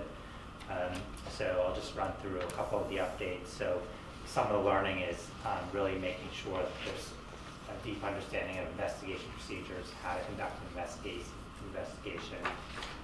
So informal and formal, from Title VI to Title IX, and making sure that there's clarity of all school and district leaders, not just in Southborough, but across our 3 districts. So we did conduct a 4-hour training, an in-depth training, and we will continue to do trainings on conducting investigations and also reporting. So that's something that did happen with a leadership team, with some legal counsel that we work with. Also, Dr. Reinhorn mentioned the hiring of Maggie Ibrahim as our Director of Equity, Belonging, and Community Engagement. The goal of adding this position is really around building coherence, really being our most knowledgeable person, networking and really supporting the leadership team, our principals and educators, and leading this work in our schools. So hiring committee, hiring of the person will begin September 25th. So that has been accomplished, but the real work is really working with Maggie and welcoming her to our leadership team and looking at what are the goals, what are the outcomes we're hoping to achieve this year in that role. Also, some of the work that we've focused in on is really, how do we collect disciplinary data when incidents happen? How are they reported? What are the reporting mechanisms? How do we track the data? And then how do we look for patterns and trends? So we've identified a tool that we're going to be using. The tool has been identified, and we're going to be doing some trainings in the next few weeks for a launch in October. And then also one of the goals was to expand the pathways. Students and caregivers can report their concerns, so just being clear about what those are. So part of the work is really launching Sandy Hook Promise in grades 4 and 5. Sandy Hook Promise is an organization that provides schools with free resources. One of the resources they provide is anonymous reporting tools.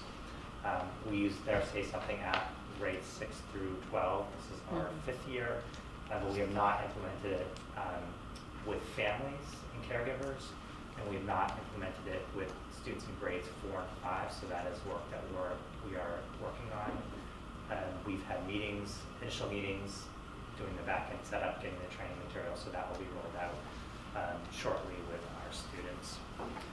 And then a major part of the work that we did over the summer was through Dr. Reinhorn's great work and the leadership team's work is really identify what's the learning we need to do as a learning organization, from principals to district leaders to educators, so that our students have excellent experiences in their classroom.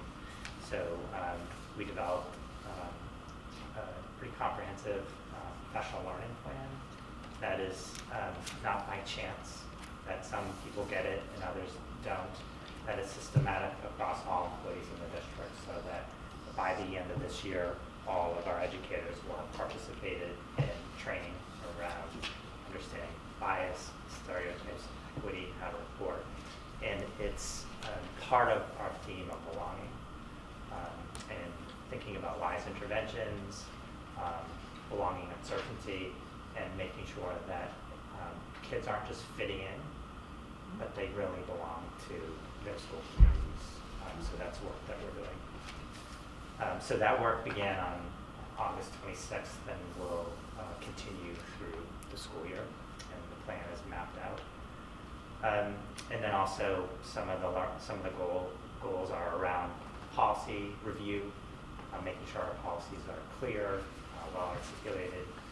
So those policies will be brought to the policy subcommittee. The first meeting will be on September 23rd, and we'll be taking up several of the policies that are specific to investigations, reporting, and some of the situations that happened in the spring at Newbury School. And then lastly, our commitment to learning, reflecting, and thinking about how we can improve from the experience. And part of that learning really was having the school committee conduct an independent review of the actions taken, steps taken, really, so we can learn from that independent review and see what steps we need to add to our work, add to this plan. So I'm pleased to share that we are taking this very seriously. We are dedicated to improving, and I think I'm hoping the community sees this plan as evidence that we do care, we are working hard, and that we are being held accountable, and we are accountable. Did you want to go over the equity audit too? Sure. So I missed the equity audit. Yeah. Thank you. So you just put all the work in. I want to make sure you get to yes, talk about it. So we had a pretty thorough equity audit in 2022, which had a number of actions and action steps that we were implementing. We wove those into our strategic plan, action plan. So we are actually embarking on a 2-year review. So we're working with the partner, Mass Insight, who did the equity audit. They'll be helping us collect data, think about where our successes have been, and what work needs to continue.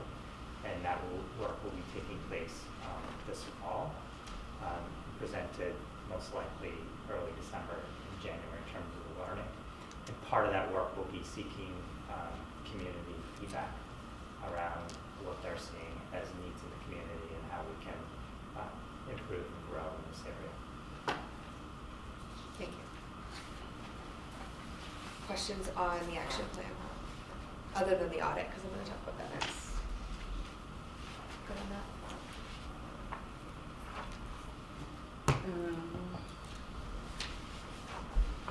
Are there, other than the subcommittee, are there any opportunities for the school committee to attend, be present for some of the things that you're going to roll out? So that's my question. I think there definitely could be. There's a range of things that'll be happening, from ways that we engage community members, which obviously we would love school committee to be part of, but also some of the faculty experiences. For example, we have our district PD day on November 5th, and we could certainly highlight there are a number of different options that will be happening that day. And we could highlight some and invite school committee members to join. We just have to think about that. Some of them also really involve teachers feeling safe to discuss the topics. So I think we'd have to be thoughtful about which ones. I don't want to hamper the learning. Yeah, for sure. By inviting you into the learning, but I would love to make the learning visible to you. So I'd love to think about it and look at what's coming, and then sort of partner with you and thinking about how we could do that. So I evolved in my answer. Yes. Yeah, Sure, of course you can. It's maybe. a partnership with our teachers and making sure that, we're, and we always talk about, because, you wear the role of the school committee, that means something, and when you enter a room, it changes the It's the dynamic. same thing no when matter, we enter. no matter if you need the to or room. not. Yeah. I think there are ways If they're we having can. a faculty meeting and we enter the room, it changes the conversation. And so I think it's the same thing. So, but I think there are There ways will be we can. opportunities. I think so. I think it's important for a shared responsibility and joining the work and being part of the work. Also communicates a strong message that you care and you want to be involved and you want to learn with us. So that I think there is some benefit. There's a lot of benefit as well. And we've been talking with the principals about, this is, we need your partnership as families in this work, and so that's part of the work of Maggie, but it's part of the work of every single one of us. So I hope that you'll see a lot of different avenues for two-way dialogue that are related to this learning. Yeah, I definitely can see a lot of opportunity. Like if one of your professional developments was, you're talking about the first one that she talks about new procedures, how to report, formal and informal, and what that might look like. What is a situation to report or not report? And you know how we have the power of stories, that was our focus last year, and there's so many people, they could use their story to say, maybe you never thought that this was something you could report, but I'm telling you how it impacted me 5, 10, 20, 30 years later, because it wasn't. So there's like very academic ways that you could do, roll out some of the PE and the development and the training, and I think to just add in there those real stories would be helpful, and you can use your connection with the folks that have shared some stories through StoryBridge. You could use the host of volunteers that come in and share their stories. I can think specifically at the Finn School when they do Celebration. Yeah, Celebration Day. So it's like Sylvie's already working on. Yeah. We have some opportunities like that we had last year that we're going to do again, and then continuing with StoryBridge. And I love that idea of continuing to. We want to elevate the voices of our families in this learning. Yeah. All right, thank you. So that was for 5 is an audit update. So next steps is that the school committee will be meeting in executive session on next steps. So that will happen next Tuesday evening, and that being executive session, it will be closed to the public. So no public will be allowed to listen in on that. 6, U.S. Department of Education Office for Civil Rights Complaint, right? Sure. So there are a lot of mechanisms for families and caregivers to share their concerns about what's happening in educational systems. So the Department of Elementary and Secondary Education, they have a problem resolution system where parents and families can share a concern and they help mediate and come to a resolution around a complaint. The U.S. Department of Education has a civil rights office, and they also have a reporting mechanism. So if there is a concern, a complaint can be filed. So based on the situation that happened at Mary in the spring, a complaint was filed. And the Office of Civil Rights is going to open up an investigation. I welcome this. It's not like we want to get complaints, but it is another way for an outside organization to look at, did we follow Title VI, Title IX, do we follow the federal obligations that we had? And if we didn't, what's the resolution, what's the corrective action? So we will be working with the U.S. Department of Education to provide the data that it's requesting. And they will take that data and do a review. We'll work closely with them, and then they'll provide us with data around, okay, here are things you should have done or didn't do, or you did well, or here's corrective action. And then we'll be responsible for implementing those. So again, it's another mechanism for us to get feedback. Again, it's not that I want complaints to be filed, but we have to look at it as an opportunity to share information, get feedback, and improve. Thank you. Any questions on that? Legislative update? Oh, sorry, Molly. Is there a timeline on it? So, from our experience, OCR is a slow-moving process. We did have a meeting with the OCR attorney on Tuesday. Today's Wednesday. Yesterday. And they would like to move at a pace. They want to get to some type of resolution. So we're working on a timeline with them when we can get the data. Part of the work we're doing is when the audit is available for public consumption. They want to wait because they want to see that audit as well. So we're waiting. But I would imagine that mid-October we can submit our data, and then hopefully we'll hear from them December. I will share that it has another situation that's taking years to get feedback and input back around a complaint. I'm hoping that this is different. Okay, thank you. Is there a legislative update or no? No. Okay. Could I just make a comment on, sorry, the last topic? I'll make it pretty quick. I mean, they get you know, the federal office and the state they get a lot of these, and some of them they deem more serious than others because some of them are more serious than others. I don't want to say that, and I don't want to suggest that any of them aren't serious, but I think the fact that and they ask for a lot of evidence,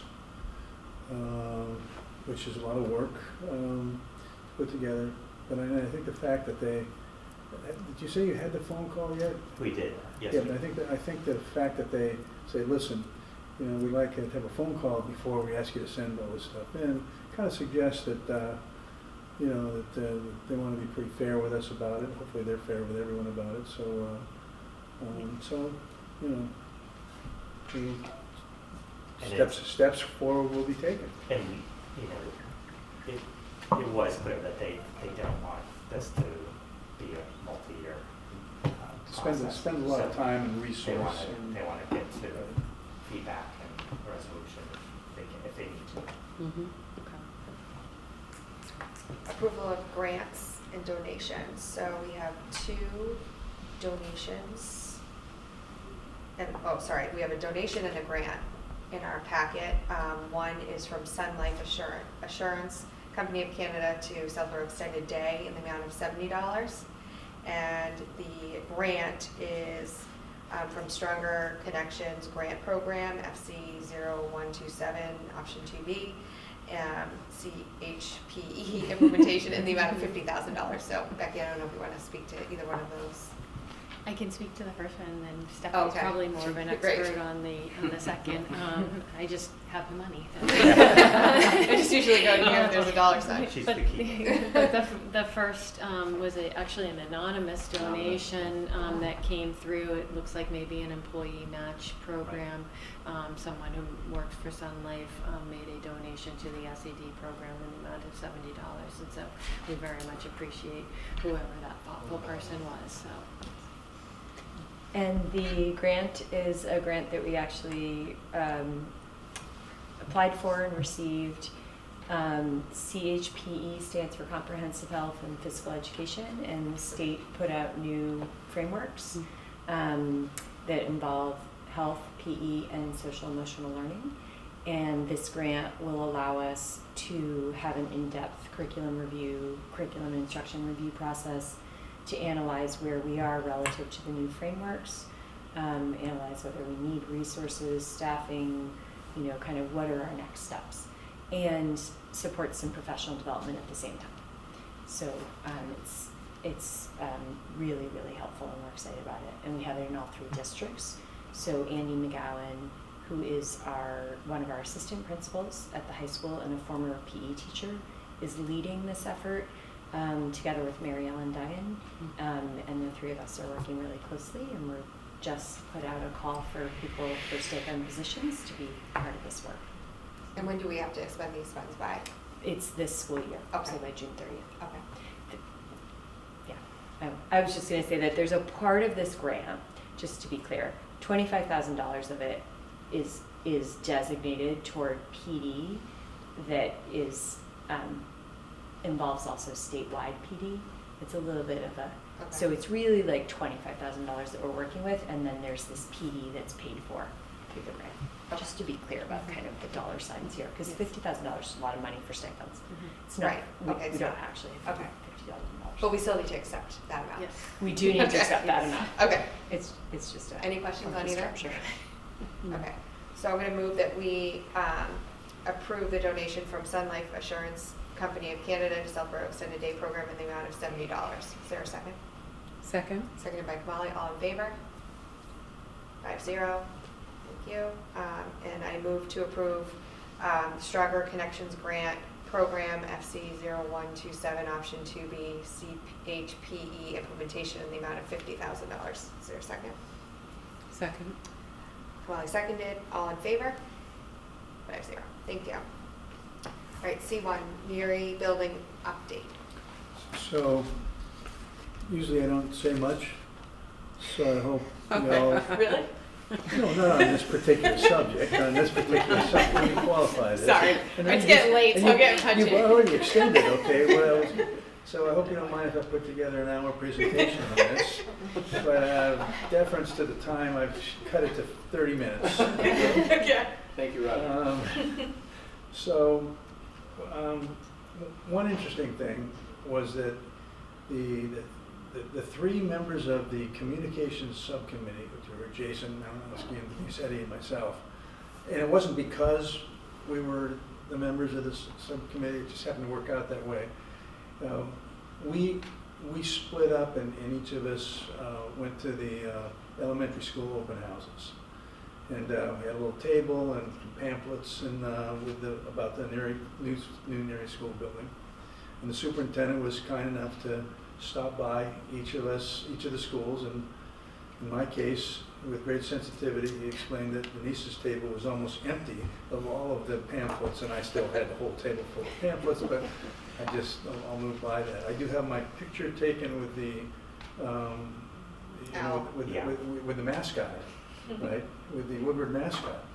If I forget what the mascot's name is. Anyway, I've also learned a lot about acronyms, as I've gone through this whole process. NBC, it's not really, a news network, it's Neary Building Committee. The MSBA, the Massachusetts School Building Authority.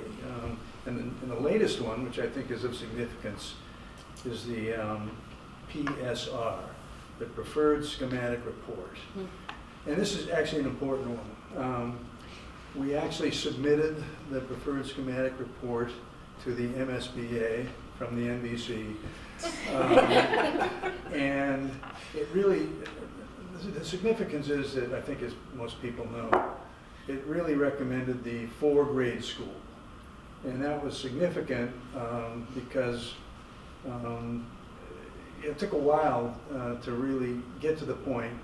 And the district spent a lot of time, the district and the district staff spent a lot of time kind of bringing the costs down in a way that it didn't really sacrifice educational benefit, but the cost came down so close to the 2-grade school and having to reno the other 2-grade school that we were able to, I think we were unanimous, and I didn't think we would get there, in recommending the 4-grade school. And I don't want to tell you what Chelsea would have done at the school committee if we'd recommended the 2-grade school, although I won't mention that. In addition to the actual construction cost, the whole operating cost aspect of it, and just the logistical movements, okay, of kids, if we're able to make this happen, whether it be transportation, whether staying in the same building, I think there's just all sorts of benefits. If this meeting had occurred 2 days from now, I would have had more to report, but there's a couple of things happening this week. We are going to review, we're going to have an update on the MSBA reimbursement of construction costs. So we have a meeting on that later this week. And we also are getting back the preliminary MSBA comments on the PSR. And in addition, there's another meeting coming up where we're going to have to actually approve a supplement that's going to go in for the PSR. So that's it. Anything to add, Mr. Superintendent? Well done. If you want to see the picture, what's the mascot's name again? Come on, somebody must know. It's an owl. Chelsea, don't you know? I'm looking. I'm in 3 schools. I can't. Woodward, If you'd like me to send you the picture, I certainly will email it to you. Okay? There's a name. He definitely has a name. He does say he has a name. Absolutely. Yeah. David, any pull? Oh, and Dave walked by, I think, over there too. When's the next time that you have to report out to the town? Like, when's the next? Well, when you say report out. No, report out. No, I mean, I'm just trying to, so we're trying to find as many different ways to keep communications moving, okay, to the town. And you guys have been trying. I see all of the avenues. We're trying. Yeah. Mm-hmm. I think I have another meeting with the seniors. It hasn't been scheduled. That meeting went well, and it just hasn't been scheduled. That's going to happen sometime in the next month or two. I don't think we have an open house, at least scheduled, as far as a community review. But there's going to be one. Okay. Okay. And I don't think there will be anything at this point in the fall town meeting, right? No, so I think the next milestone is the board of directors will vote the PSR. The next real milestone for the community is actually the spring town meeting. So which would be? It's really now getting information out, attending events, answering questions, making sure people have good information so that at the town meeting they're informed. And they're making informed decisions of whether they support or not. And there would be a vote on the bond, and if that vote is successful, then it goes to it goes to the town election. So. His name is Waldo. I'm sorry? Really? Waldo. Yeah. Waldo? Waldo. I should have remembered that. I should have remembered that. I don't know that I've ever heard that. I don't think I never mentioned Guess it. would that be create the Woodward weekly updates? And you should know Waldo is going to all his friends saying, do you want to see a picture of Mr. Challen and me at the school? All his friends. He's already sent out a lot of pictures. Yeah, he or she. I don't know who's in. I don't actually know who's inside the. It was Mr. Bucci's kids. Oh, your daughter. Yeah. There were two. One came out and was taller, and then I saw something else come out, and They took turns. it was shorter. Yeah. And I said, How could this be? siblings. All right. Thank you, Roger. Any questions on your enrollment? Okay. Subcommittee and liaison assignments. So, Kamali, we went through this at some meeting over the summer. I can't remember which one. And I'm sure that there's ones that you are interested in doing, seeing as you're familiar with most of them. At this point, the one that we don't have a second person on, that we need a second person on, is the operational budget subcommittee. I Perfect. All right. So Kamali will do that one. And Are you doing NSPAC also? I wrote down. Did you write that down or not? I'm just curious. It's no pressure. Not yet. Okay, not yet. Okay. Yes. The budget committee, I'd be open to the policy development committee. okay. The calendar study group. Oh, that's at the bottom. Okay. Yeah. So Roger's on that one. And the coalition for equity. Greg, can we have two people in coalition for equity? We use each As long other as we as don't have a quorum. Okay. So can we add Kamali with Alan on that one? And then the calendar study, Roger, you're assigned to that right now. Correct. I just wouldn't mind continuing on it because did you do it before? I'm actually like a community member. Yeah. Oh, Representative. right so now? I would change. Yeah. Oh. Change from. So do you want to just have two of you on the calendar? Well, if she's there as anything, it counts as the second school committee member, so you just can't have a third. I'm just saying, do you want to continue? Do you want? I'm fine. As long as no subcommittee that you two are on makes a quorum. So, Okay. Right, because if it turns out that Kamala does end up in the NSPAC meetings, that's not a subcommittee. correct, but if you're like, for example, if you're a policy subcommittee. Right, Yeah. understood. All right. So it's just something I'll. Okay. But yes, two, the more the merrier. Just All not right. three. It is a married, and it is a married, It's just a cap out of two. Okay. Do these subcommittee meetings have open meetings? Yes. Can we, but none of us can go to that as a community member? You could watch it. We could watch it. Yeah, like after. Right. Yes. Yeah, you can join, but you just can't participate. Can't say It's just- Well, it's- I have a different opinion of that. Really? Yes. Well, share? So some of the subcommittee meetings meet on Zoom. So we usually do a webinar. So Okay. people can be in the audience, and we don't know who's in the audience, and you can't participate. You can just observe.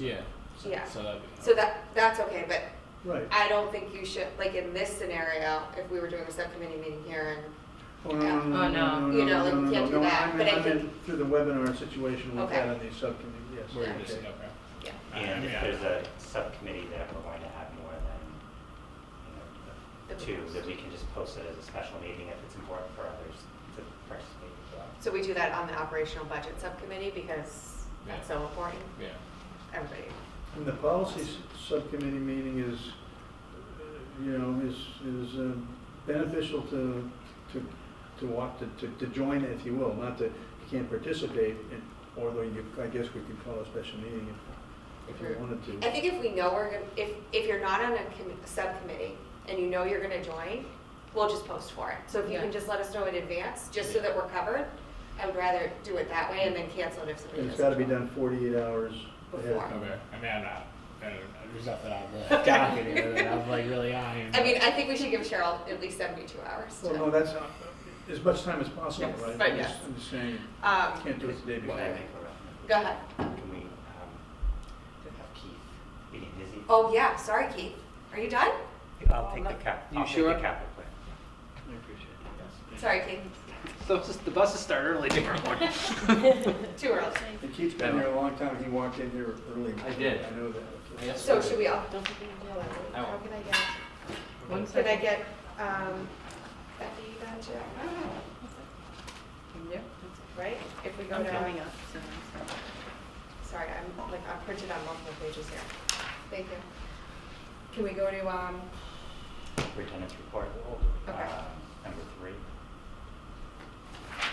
Memo at final FY24 Yes, let's do that. Okay. Okay.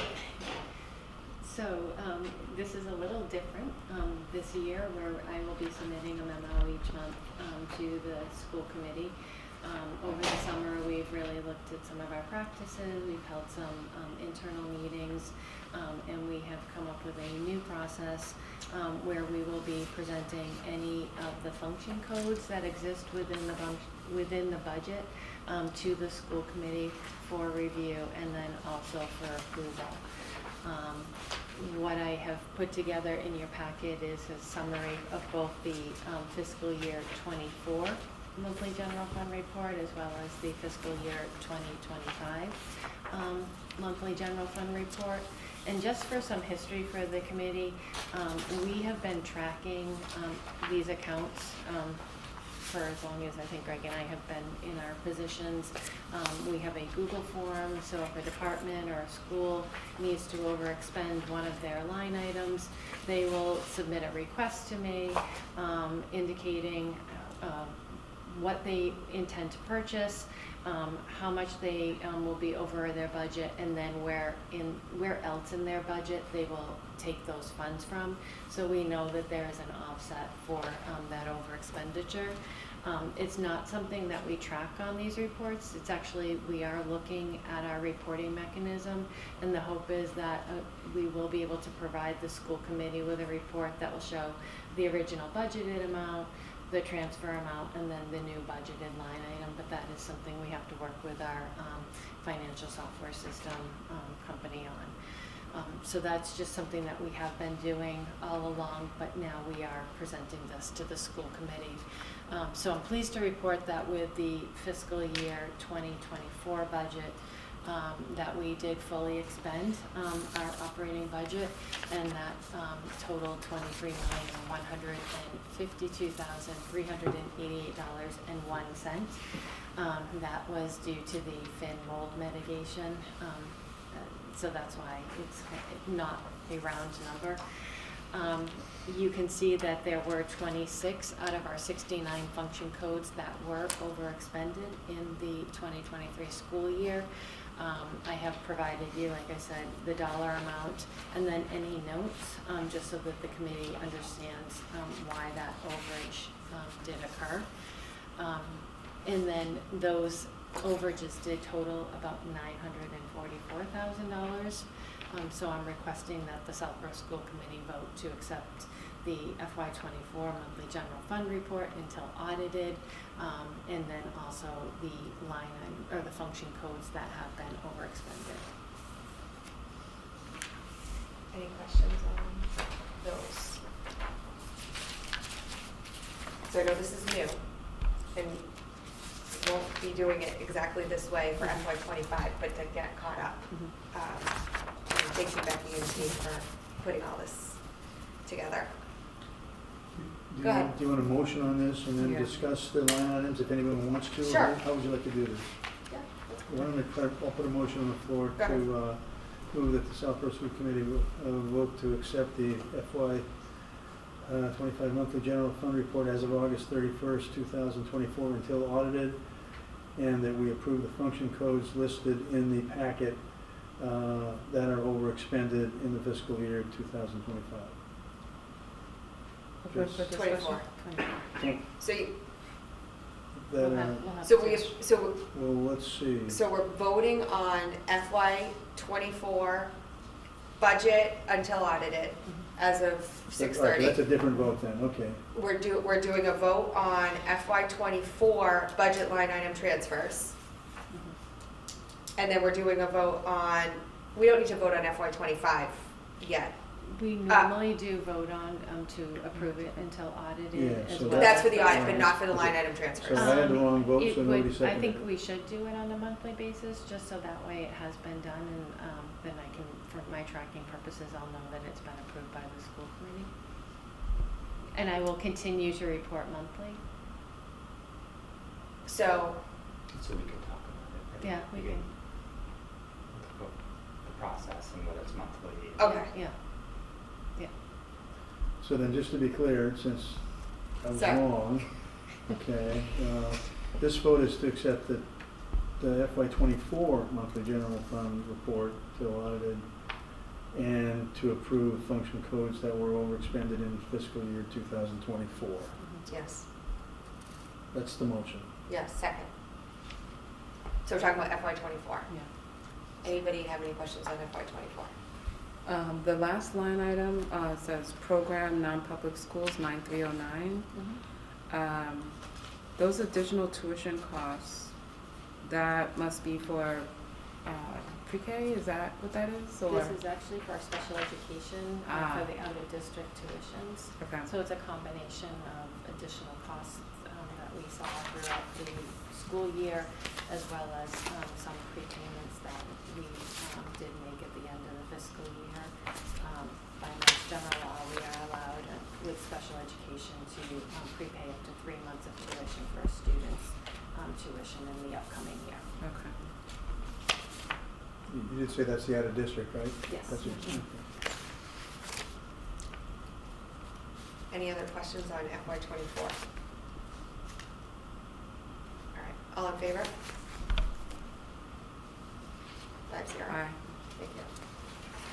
All right, so now we need to vote FY '25 general expenditure report through 8/31/24, right? Until audited. And you want us to vote on FY '25 budget items? But, okay. Do you want me to make the motion? Is that not right? Well, Becky, what would you like? What do you want? Yeah. Okay. I'm the one that doesn't want to vote on the line items. I'm looking at her. So I move that school committee vote to accept the FY '24 monthly general fund report. 25, right? Did I say 24? I'm reading it. Do you want me to make the motion? No. To accept the FY '25 monthly general fund report as of August 31st. Oh my gosh, August 31st, 2024, until audited, and vote to approve the function codes listed above that are overexpended in fiscal year '25. Seconded. So the reason why I'm hesitating on the FY '25 is for the line item that's under purchase of motor vehicle. So Becky, you want to just give an update on that? So just so that the committee is aware, last spring we had conversations with the town of Northborough about purchasing a vehicle that they were going to be taking out of service. The transfer was approved at the Northborough town meeting. It is a $20,000 purchase for a pickup truck. We've had some preliminary conversations over the summer about how that's going to look. So initially, the thought was that it would be shared across the 3 districts, which would be a 40-30-30 split. We've had further conversations, however, and we feel like logistically that's probably not realistic, where it would be housed in Northborough for a custodian to then have to go pick up the pickup truck in Northborough, bring it to Southborough to do whatever type of work or business that they need to do with it. So that is something that we are really thinking is probably going to be more so a Northborough purchase versus a shared district purchase. So that line item will most likely not be overexpended. So what are we doing with it tonight? It's parked in Northborough. No. I knew he was gonna do it. Well, I mean, the motion is to approve the function codes listed, and that's one of them. So We what- could exclude to- that. So I amend my motion. Well, okay, is that, so Can I amend my So we're motion? going to amend the motion, right? So the same motion, and except on the FY '25 function codes, exclude the purchase of the motor vehicle for $6,000. Okay with that? Second. Any discussion? Discussion on the license cost, instructional leadership. So it's the 3rd line item, instructional tech leadership, administrative technology, annual license increase.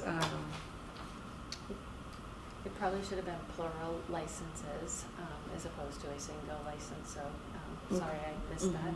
Mhm. But these are administrative technology is all of the systems that we have that operate the district. So, for example, the financial system is included in that.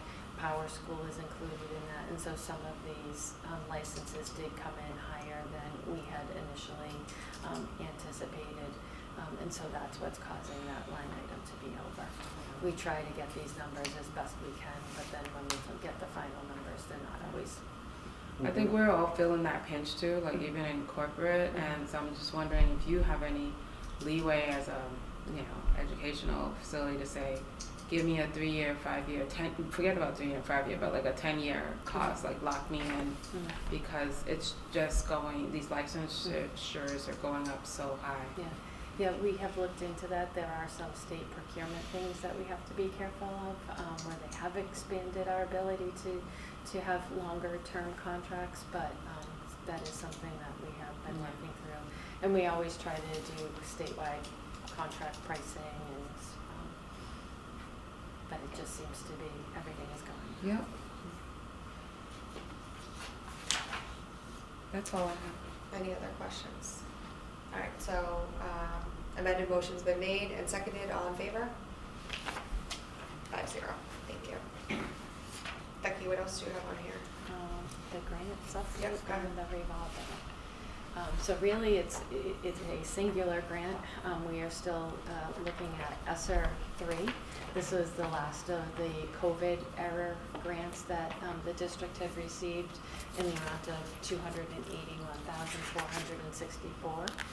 We had until September 30th of 2024 to fully expend this grant. It seems so long ago when we first got it, and it is here. And I'm pleased to say that we did fully expend that grant. So really, I guess this will probably be the last time that I report on it to the committee. So I think a lot of the work that we did over the summer was looking at some of our curriculum materials, and that is how we use the remainder of these funds. Great, thank you. And then the second piece of that are the revolving accounts. So I did, in your packet, provide both the fiscal year, the ending balances for the revolving accounts that we report on. The Southborough accounts are the food services, the facility rental, and then also extended day. And you can see what those fund balances were at the end of June 2024. We had just over $300,000 for food services, a little over $100,000 for facility rental, and then $336,000 for extended day. And then the other one that we are reporting on is at the regional level, and that is the preschool early childhood. And you can see we had a balance of just under $100,000 in the preschool revolving account. And then we have not had much activity, I would say, on some of these accounts over the summer. But as of August 31st, the food services, really, we had very little revenue coming in, as you can imagine, over the summer. Our expenses are those year-round salaries that we are paying, as well as some of the purchasing that was done in August to get ready for the school year. So we do have about $255,000 right now.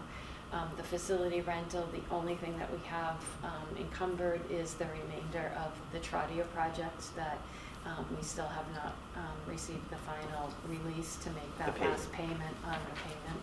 What did I say? The payment, right? Oh, did I say it? Okay, right. And then the last is the extended day program. You can see we ended August with a balance of $251,000. There was some revenue. I will say most of the summer revenue was really collected in the springtime in advance of the summer program.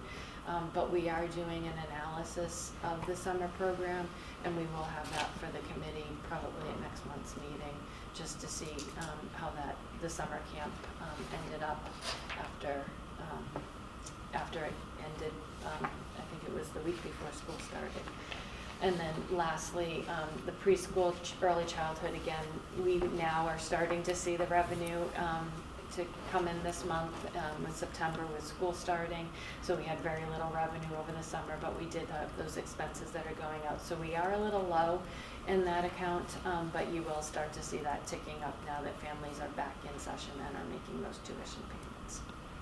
Great. Any questions on those? And these are new revolving accounts to this report, so this is the first month that Becky's showing these, some of these.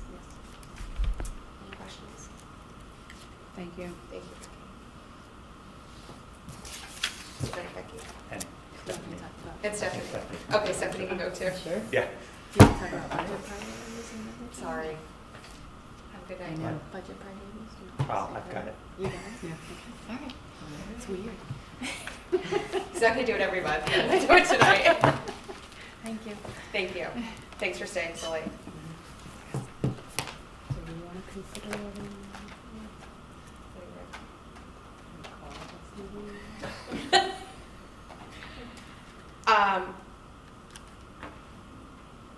I do want to talk about enrollment, but I can- other than that, I can move quickly through the items. okay. So let's do this. It's 10:38. Let's be done by 11. Is that okay? Oh, it's 10:45. Oh, all right, fine, go. You're gonna be that quick. It's your D1. So, hang on, let me just catch up on the agenda here. So, superintendent's office hours, so I will be holding office hours this year. This is something kind of new. So the first office hours is on October 28th from 6:30 to 7:30 at Woodward School. And it's an opportunity for families, caregivers, citizens to come in and talk and share their ideas, share concerns. Again, trying to make myself more available to the community. So that will be the first office hours, and if they're successful, we'll add more. So there's 3. One will be in Southborough, one will be in Northborough, and one will be in Region. But community members from all 3 communities can attend. Enrollment. So in your packet is the enrollment report as of August 21st. We are looking closely at grade 3. We're at the ceiling of class size. It's at 22. I think at this point we are looking at that closely. I will share that we have some enrollments where they're not enrolled yet. They're in the queue, but we don't have the surety that they will be joining our school. So once we do, this will be updated and more accurate. The other piece is we are looking at our multilingual learners. So specifically at Woodward, we have added some students who require ML services. So again, we're meeting with Steve and Selby and Stephanie to determine if we need to add additional resources to make sure we're supporting students. And at this point in time, I think all sections are within the class size policy, and 3rd grade is what we're monitoring. So 3rd grade was an increase of 8 in the projections. Mm-hmm. So do we know why? Like the other ones were like a max of 3 increase. Yes. So what's up with 3rd grade? Just move-ins to that grade. Typically, you'll Like from out of town move-ins? Correct. In just that grade? Yeah, so what you'll notice, and this happens in Northborough as well, is when you'll have a very targeted grade level, where move-ins are. Like Really? a year will be grade 2, another year will be grade 4. It's interesting. So how does this impact the data that Keith put together related to transitions if... We're still okay. We're still okay? We're still okay. Okay. Yeah. So the relocation plan and transitions are still Okay. Within the range that we need to make Okay. for it to work. Okay. Enrollments, budgets we already did. Capital plan. So as you know, the committee revoted the capital plan to include the correct cost estimates for the Neary Building project. This amended version updates the costs of the repair of the Tronier roof. So last January, we had a roofing firm, Garland Associates, give us an updated cost estimate. So what was in that row were outdated numbers. What's reflected now is the most recent assessment that Garland did in January of '24 that reflect the most accurate pricing. We did hear from MSBA around being invited into its accelerated repair program for the Trotter roof. We'll know in October. This just places the right number of what it will cost to repair the roof. We won't hear from MSBA until mid-October of whether they're going to invite us in, and then there'll be a decision to be made at the town level and school level. And do we have a sense on how much a feasibility study would be for this? I think $200,000 was the estimate.